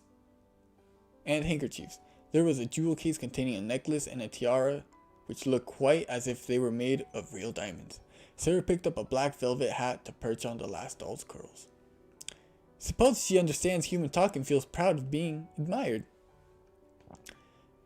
You are always supposing things. Wait. I don't know who's saying that actually. Whatever. Her air was very superior, and yet the words were very less vicious than Lavinia's outburst in the... Oh, so it was Lavinia. Oh, who cares? And Lavinia's outburst in the past weeks had been. Perhaps the aura of a celebration had brought even Lavinia some happiness. There's nothing so nice as supposing. It's almost like being a fairy. If you suppose anything hard enough, it seems as if it were real. At that moment, the door opened. Becky. Ladies. Cook drew herself up as if attempting to speak in Miss Minchin's dry tones, but the effect did not quite become her. Yeah. Miss Minchin has a meeting, so she said that you should all have your refreshments now. Refreshments! I think that was a little bit too high. Whoops. Becky, who had seen the preparations ahead of time, could not help blurting out, "Tell them what you got!" Ah, dude, she's so nice. Cook shook a heavy hand in Becky's direction. The scullery girl closed her eyes and ducked away. A special treat from overseas. All the way from America. It's some kind of beans and spiced tomato sauce, and they put it in cans. Huh? I don't know what that is, huh? How quaint! Whoa. In her office, Miss Minchin was meeting with a familiar visitor. Good day, Miss Barrow. Have you come see the goods? I assure you the doll is just as expected. 100 pounds, all expensive material, and made out of Persian modistes. He spent money lavishly enough, that young man. Captain Crew is a man of fortune. The diamond mines alone. Diamond mines? There are no such things. Never were. Miss Minchin stood up from her chair in confusion. What do you mean? At any rate, it would have been much better if there were never any. Any diamond mines? I don't understand. Diamond mines spell ruin oftener than they spell wealth. When a man is in the hands of a very dear friend and is not a businessman himself, he had better steer clear of the dear friend's diamond mines. Or gold mines, or any other kind of mines dear friends want his money to put into. Oh, is he gonna get scammed? No, that would suck. Oh, I hope not. No way! No! He did not die! No! No, no, no, no, no, no. No, dude, no. No, no, no, no, no.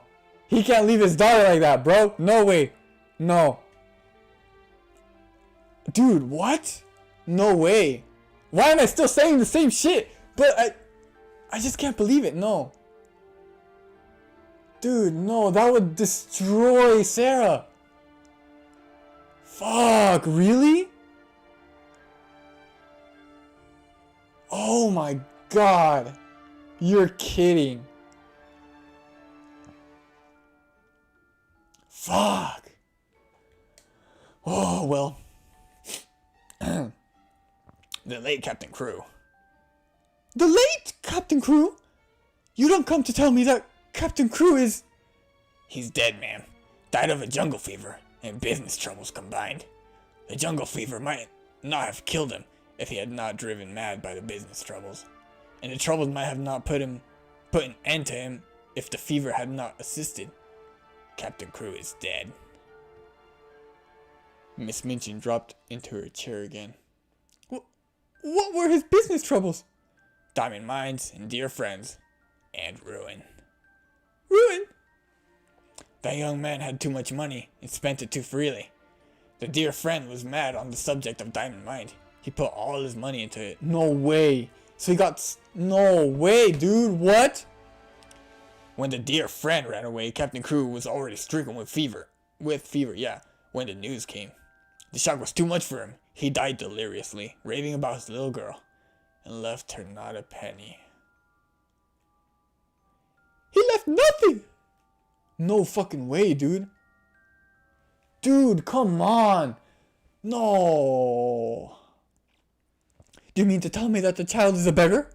That she is left on my hands a little pauper instead of an heiress? She has certainly left a beggar, and she is certainly left on your hands, ma'am. as she hasn't had a relation in the world that we know of. Yeah, that's true. Her mom passed away. Wait, didn't the captain just like adopt her from her late parents, I think? Dude, what? Okay, first of all, this motherfucker's voice is making my throat hurt, so I'm gonna stop that. Oh, it hurts so bad. She has certainly left a beggar. Let's see.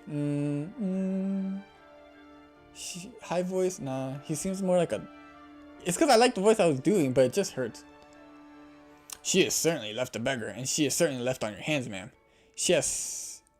Oh yeah, I already said that. Whatever. She is sitting in my rooms at this very moment dressed in silk gauze and lace petticoats, giving a party at my expense. She's certainly giving it at your expense, madame, if she's giving it. I was always so sure of his payments that I went all sorts of ridiculous expenses for the child. Her maid, her carriage. I paid the bills for the ridiculous doll and the ridiculous fantastic wardrobe I sent to you with the receipts. Barrow and Skipworth are not responsible for anything. There never was a cleaner sweep made of a man's fortune. Captain Crew died without paying our last bill, and it was a big one. Fuck. Now Miss Mudgeon understood, and never had she received such a blow in her life.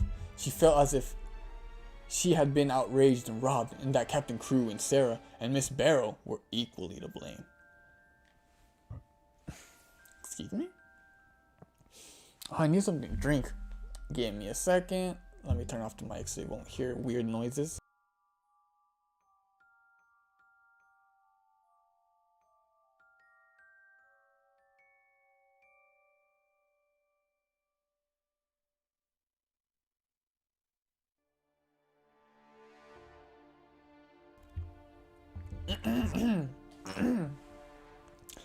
Ah, that feels a little better. Now Miss Minchin, yeah, I already tried that. Oh, her show pupil, her prize patron, her income, all have been snatched away. Instead, she was burdened with an extravagantly brought up child, one who had cost her a great deal and might continue to cost her even more. But what am I to do? What am I to do? There isn't anything you can do. Captain Crew is dead. The child is left at a pauper. I don't know what the hell that is. Nobody's responsible for her but you. I'm not responsible for her, and I refuse to be made responsible. If you think she is to be foisted off on me, you're greatly mistaken. I have been robbed and cheated. I will turn her into the street. Oh my god, you're a piece of shit. Not like we didn't already know that, but still, you're still a piece of shit. You just gained another level. Miss Burrow turned and moved towards the door, showing no concern. I wouldn't do that, madame. It wouldn't look well. Reflects poorly on the establishment. People bundled out, penniless and without friends. Other parents might object.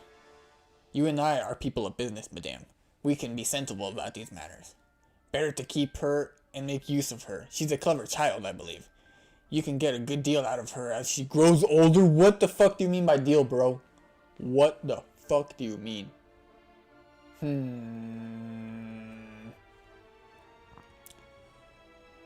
I will get a good deal out of her before she grows older.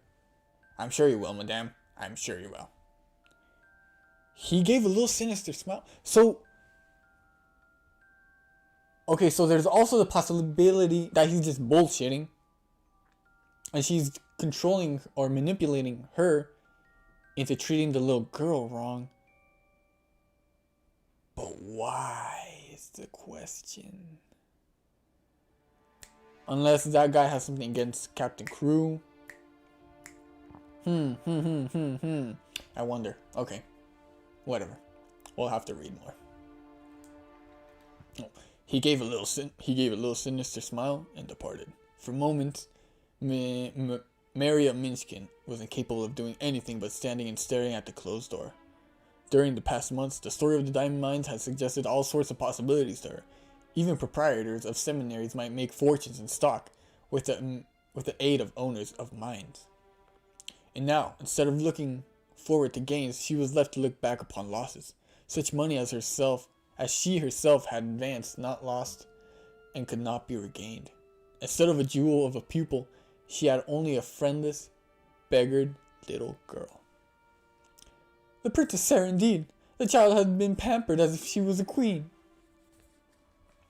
She did not realize at first that she had spoken aloud, and then scowled at her own loss of control. What was lost could not be recovered, but she would see to it that she lost nothing more. Okay, so I'm gonna choose to believe Captain Crew is still alive, and that dude is just bullshitting us. Because he seems like some random douche out just looking to make money. I'm gonna go with that. Because it would be way too sad to see Sarah disappointed. Honestly. Okay. You want to see me, Miss Minchin? The older woman ignored Sarah's presence completely, turning her gaze to the young Frenchwoman who served as Sarah's maid. Mariette, has the girl a black frock in her scrumptious wardrobe? A black frock, madame? She has frocks of every other color. Has she a black one? Mariette's face stiffened as the awful suspicion grew. Yes, but it is too short for her. She has only the old black velvet, and she has outgrown it. Miss Minchin, what has happened? You! Do not speak until you are spoken to. Bring the black dress out at once. Whether it is too short or not, she is done with finery. Yes, madame. Oh, the music is just... Oh, it's making me... Ooh. Ooh. Deep breaths. Deep breaths. Sarah did not speak. She could not. Her entire body was frozen in place. Oh no, don't tell me she realizes what's going on. Her eyes seemed to get bigger and bigger as she went quite pale. No! What? Why would you?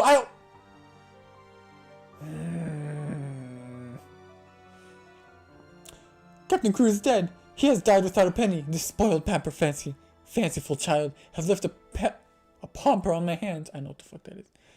You, Sarah, take off that preposterous gauze, change into the black dress and meet me in my office.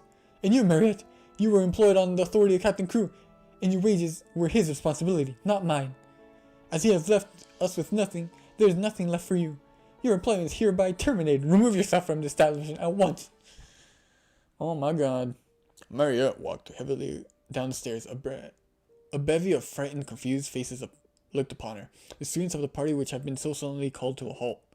Oh, Mariette, what has happened? Os demon Shemin.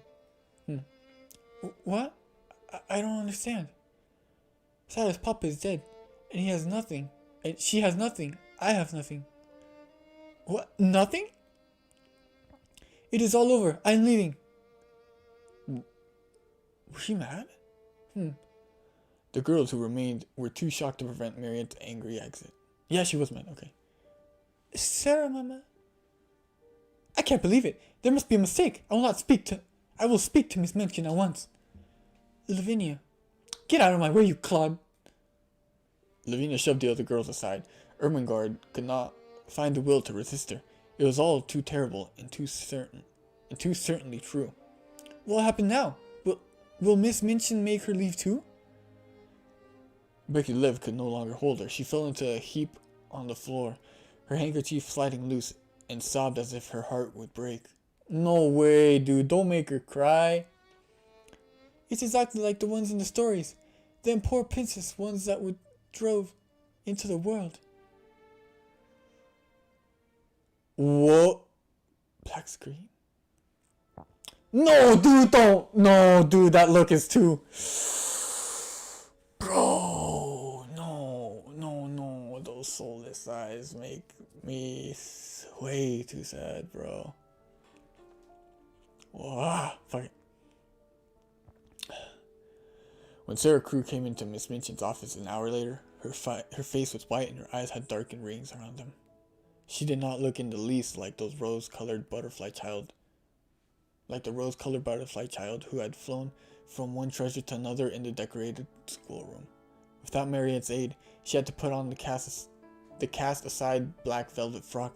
It was too short and tight, making her legs look drawn out and spindle thin, where they showed beneath her skirt. She clutched Emily tightly in one arm, the doll's face covered by a scrap of discarded black lace for a mourning veil. Put that doll down. What do you mean you're bringing it here? It should have been left in the room along with all the other things that are no longer yours. Really? Damn. She is all I have. My papa gave her to me before I came to the school. I will not put her down. You have no time for doll. No way, you're gonna make her into a servant? Oh, bro, what the fuck?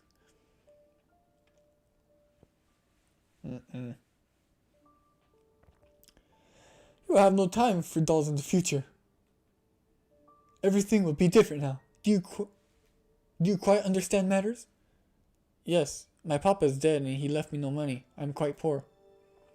You are a beggar. It appears that you have no relations and no home, and no one to take care of you.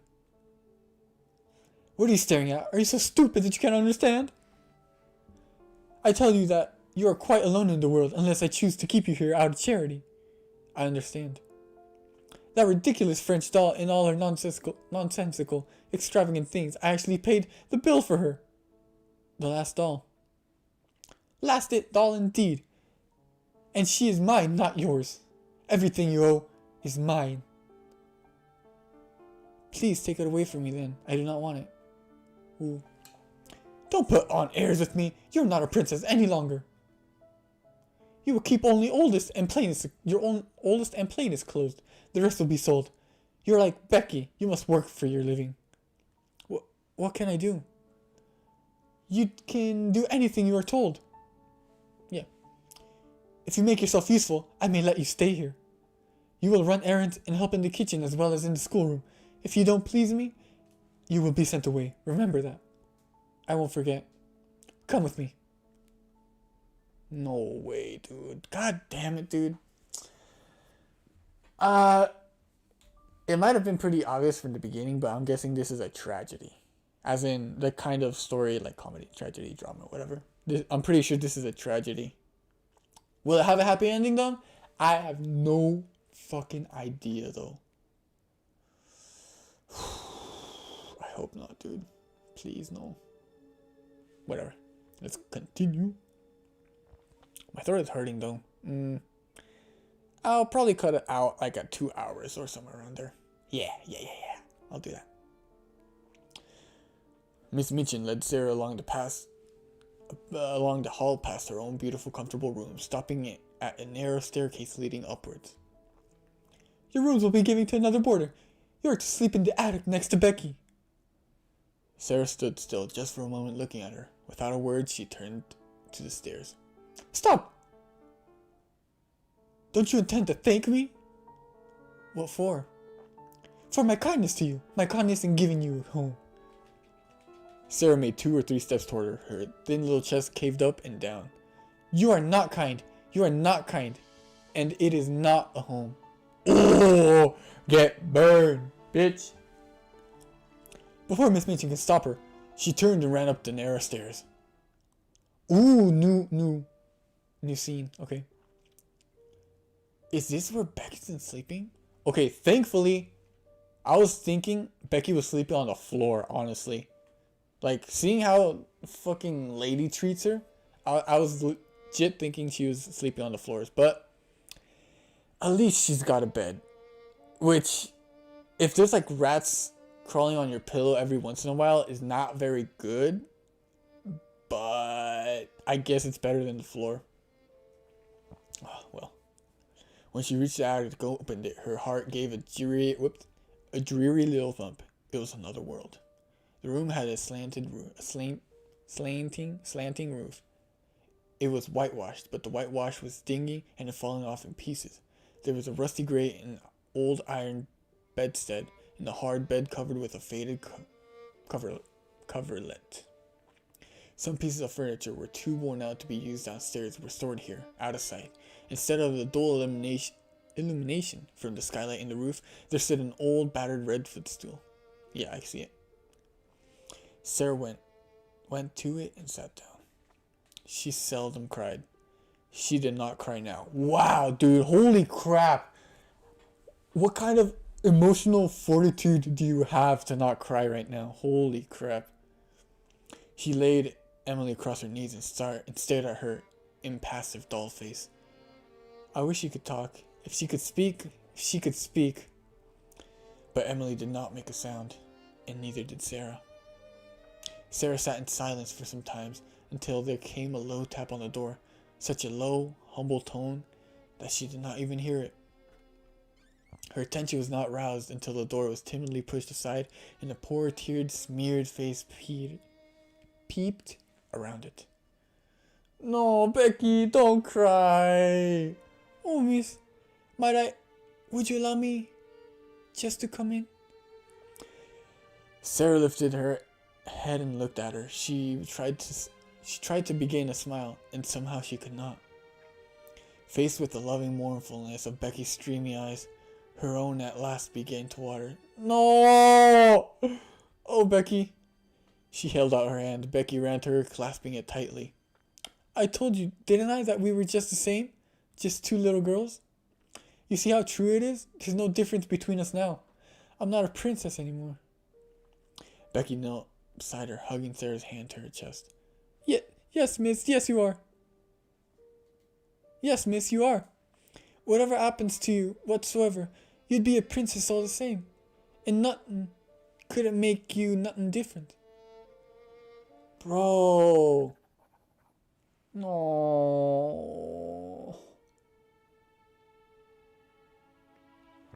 That first night she spent in her attic was a thing Sarah never forgot. During its passing, she lived through a wild, unchildlike woe of which she never spoke to anyone. There was no one who would have understood. What? Okay. My papa is dead. It was perhaps for the best that she lay there. Her mind was forcibly distracted from its anguish by the strangeness of her surroundings and the physical discomfort of the hard bed beneath her. My papa is dead.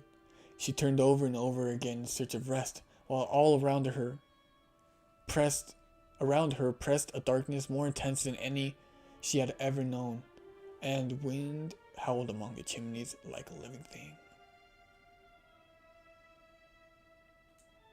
Oops. Some noises were worse than the wind. They were scufflings.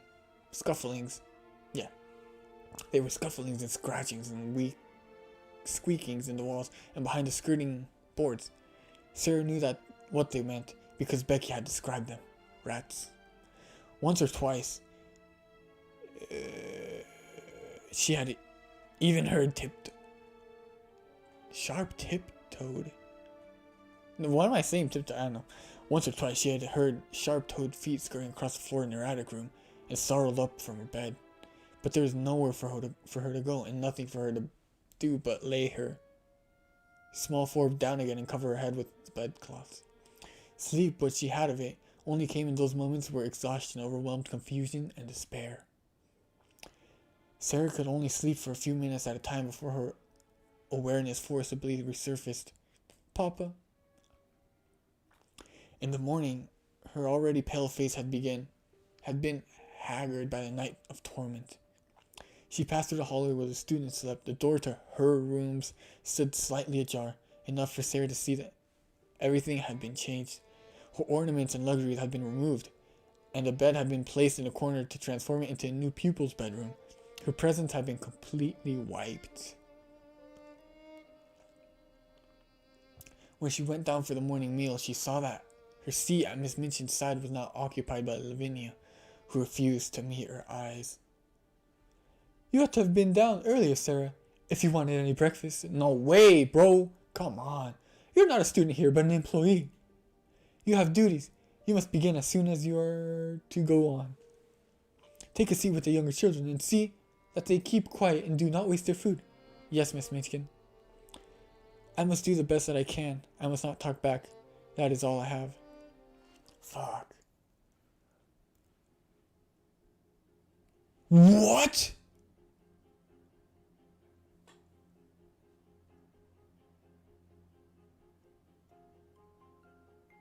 No way. Yeah, that's true. So, comes pride, fatigue. Aren't these bad things? Oh shit.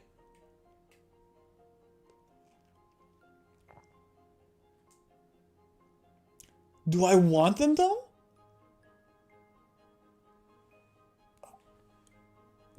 I don't know if I need a tend fires when they're in those streams. And the music changed too. Fuck.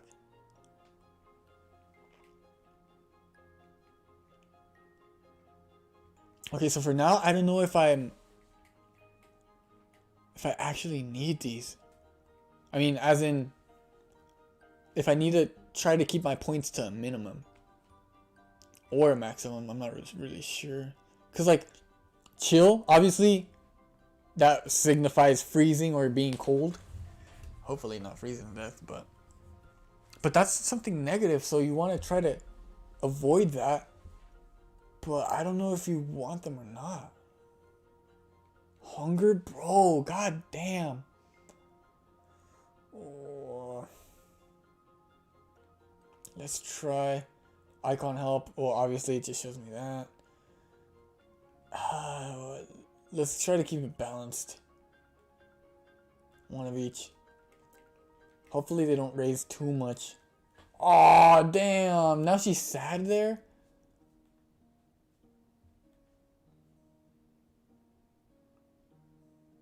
Bro, that's kind of depressing. That's so sad. And then the music is all depressing too. Okay, so I kept the points at a minimum. But I don't know if... Here, look at you then. The fancy girl made all made such a fuss over. Not so nice and mighty now, are you? There'll be no more tea and cakes for you, missy. And don't you forget it. Always expecting us folk to serve you with a smile, aren't you, ladies? Never a thought of how much else we might have been getting on with. No, it's always you. Well, see how much you like it then. You're nothing now, missy. Do you hear me? Nothing. Say something, won't you? Please, ma'am. Don't you ma'am me. Ain't none of us ma'ams or miss not down here. That's for upstairs, folks. Please, I came to see if you had any duties for me. Ha! Hoping I wouldn't, and you could duck away and leave me take the blame if you're caught. Look at your hands, soft as porridge, soon crack and bleed if I gave you any real work, and then you'd ruin what you touch. Here, girl, take these rags out back and wash them, and if you bleed on them, wash them again. Yes, cook. I mustn't complain. I must show her that I am trying to earn my living.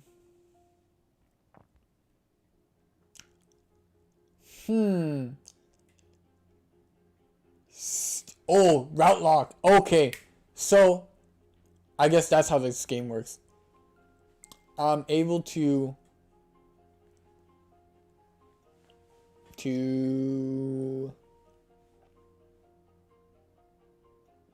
go through the routes in the first part or the first act.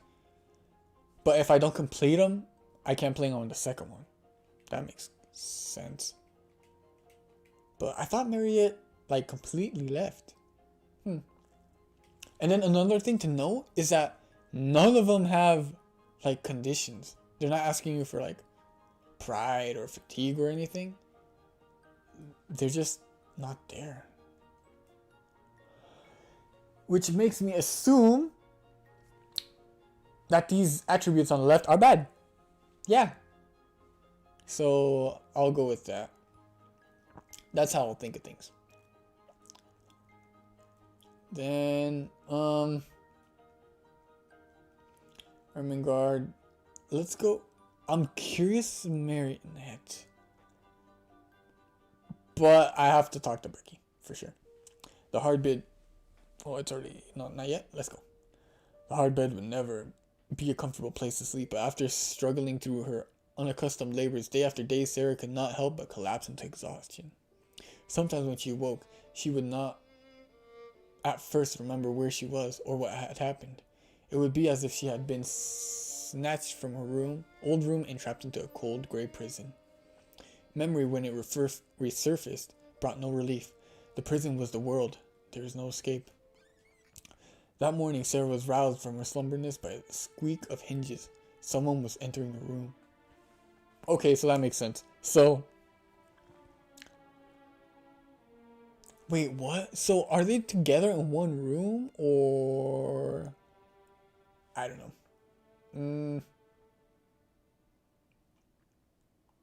I don't get it. I thought like all the workers lived there.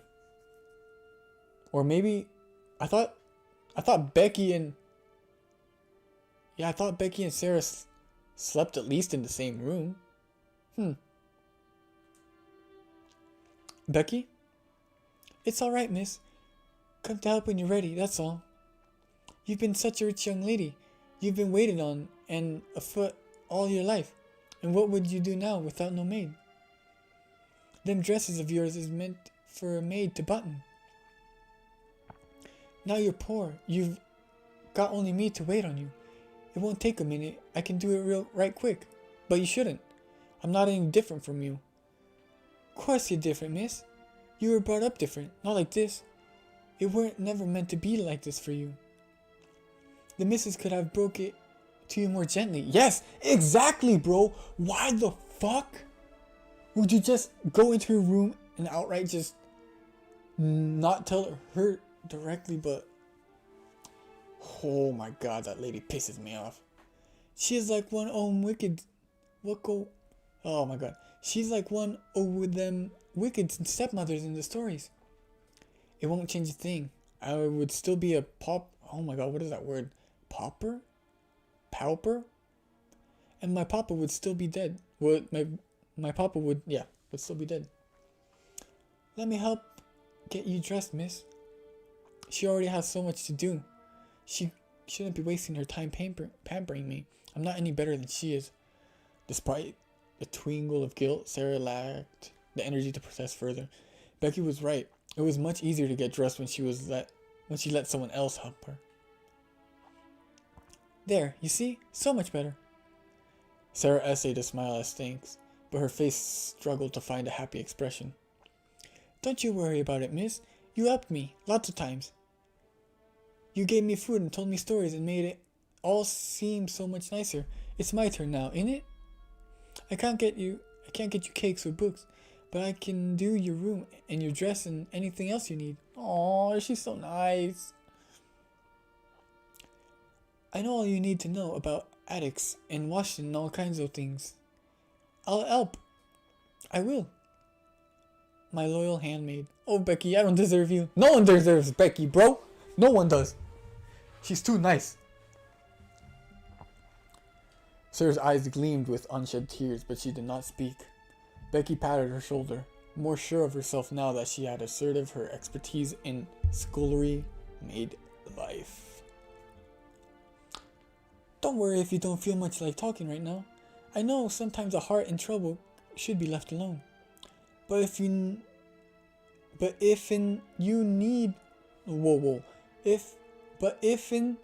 do need me, I'll be right next door.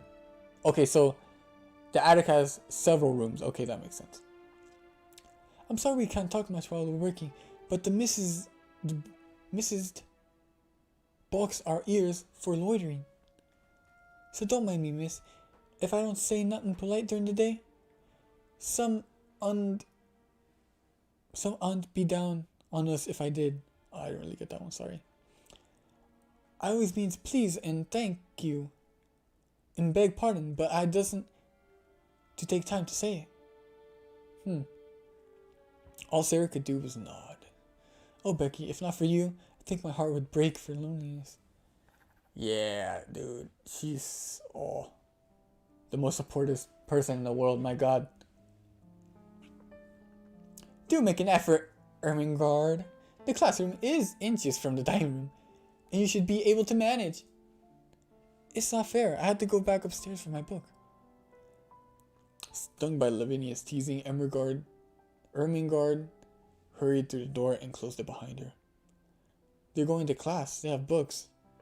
She stood there for a moment, biting her lip and staring at the wood of her door, then suddenly opened it again. Sarah, come with me. Sarah lowered her gaze and followed Miss Minskin into the kitchen. Emma, the basket? Oh, so her name is Emma, not Cook? Okay. Obviously, but whatever. Here, ma'am. Very good. Sarah, here's a list of things we need from the market. And here are some coins to pay for them. When you are done, bring your purchases to Emma and any leftover coin to me. I know what such items should cost. Do not attempt to pocket any of the coins for yourself, or you will be whipped for theft. Oy. Oy. Please no. Yes, Miss Minskin. On with you then. Sarah kept her head down and walked out of the room without protest. At least her education is not completely wasted. That Becky can scarcely read her name. I certainly couldn't give her written instructions. No, ma'am. Well, get back to your work. Yes, ma'am. What a bitch. Yeah, so I'm just gonna do this. Wait, did I not put good? Yeah, so I think I'm gonna leave it here for today. Wait, but I get these points on these attributes. How do I make them go down if I can't waste them? Okay, yeah, I'm gonna leave it here. Ouch, I'm erasing on my hair. Oh, dude, that hurts so bad. I always sit on my hair. Oh, if you didn't know, I actually have long hair, IRL. But dude, I hate that. It's such a bother when you have long hair. When like, you just set your head on like a wall or a chair or something, and then you like lift your, or like point your head downward. You could just feel a tug on the back of your head. It's so annoying, bro. My God. One of the pains of having long hair. Well, short story aside, save, yes, because I probably should like saved it back. Nah, I'll probably just restart it and just skip the scenes I already played if I want to replay the game. But yeah, I'll leave it at that for today because my voice is hurting. Yes, it is. Or should I stream some Smash? Yeah, I think I will. I haven't played in a while. And I also have a tournament tomorrow. My eyebrows are moving.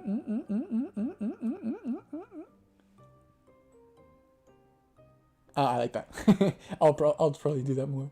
But yeah, I got a tournament tomorrow and I want to warm up or at least get into the Smash feel again. Hopefully I don't rage and just hate the game and not end up going, but yeah. We'll end the the visual novel stream right here. So thank you for all that watching. Thank you to Orange Crew Mate, yeah, for subscribing. That's the one notification I did get. If anyone else did sub, I'm sorry I didn't get the little notification thing. But just know I do appreciate it. Yeah, always, bro. We appreciate all them subs. And thank you. Yeah, thank you a lot. Really makes me happy. Then I guess I'll be seeing anyone later. Goodbye. Also check out my Halloween stream tomorrow because I'm actually quite bad at taking horror in video game format. So yeah. Goodbye. Unless you're gonna continue watching.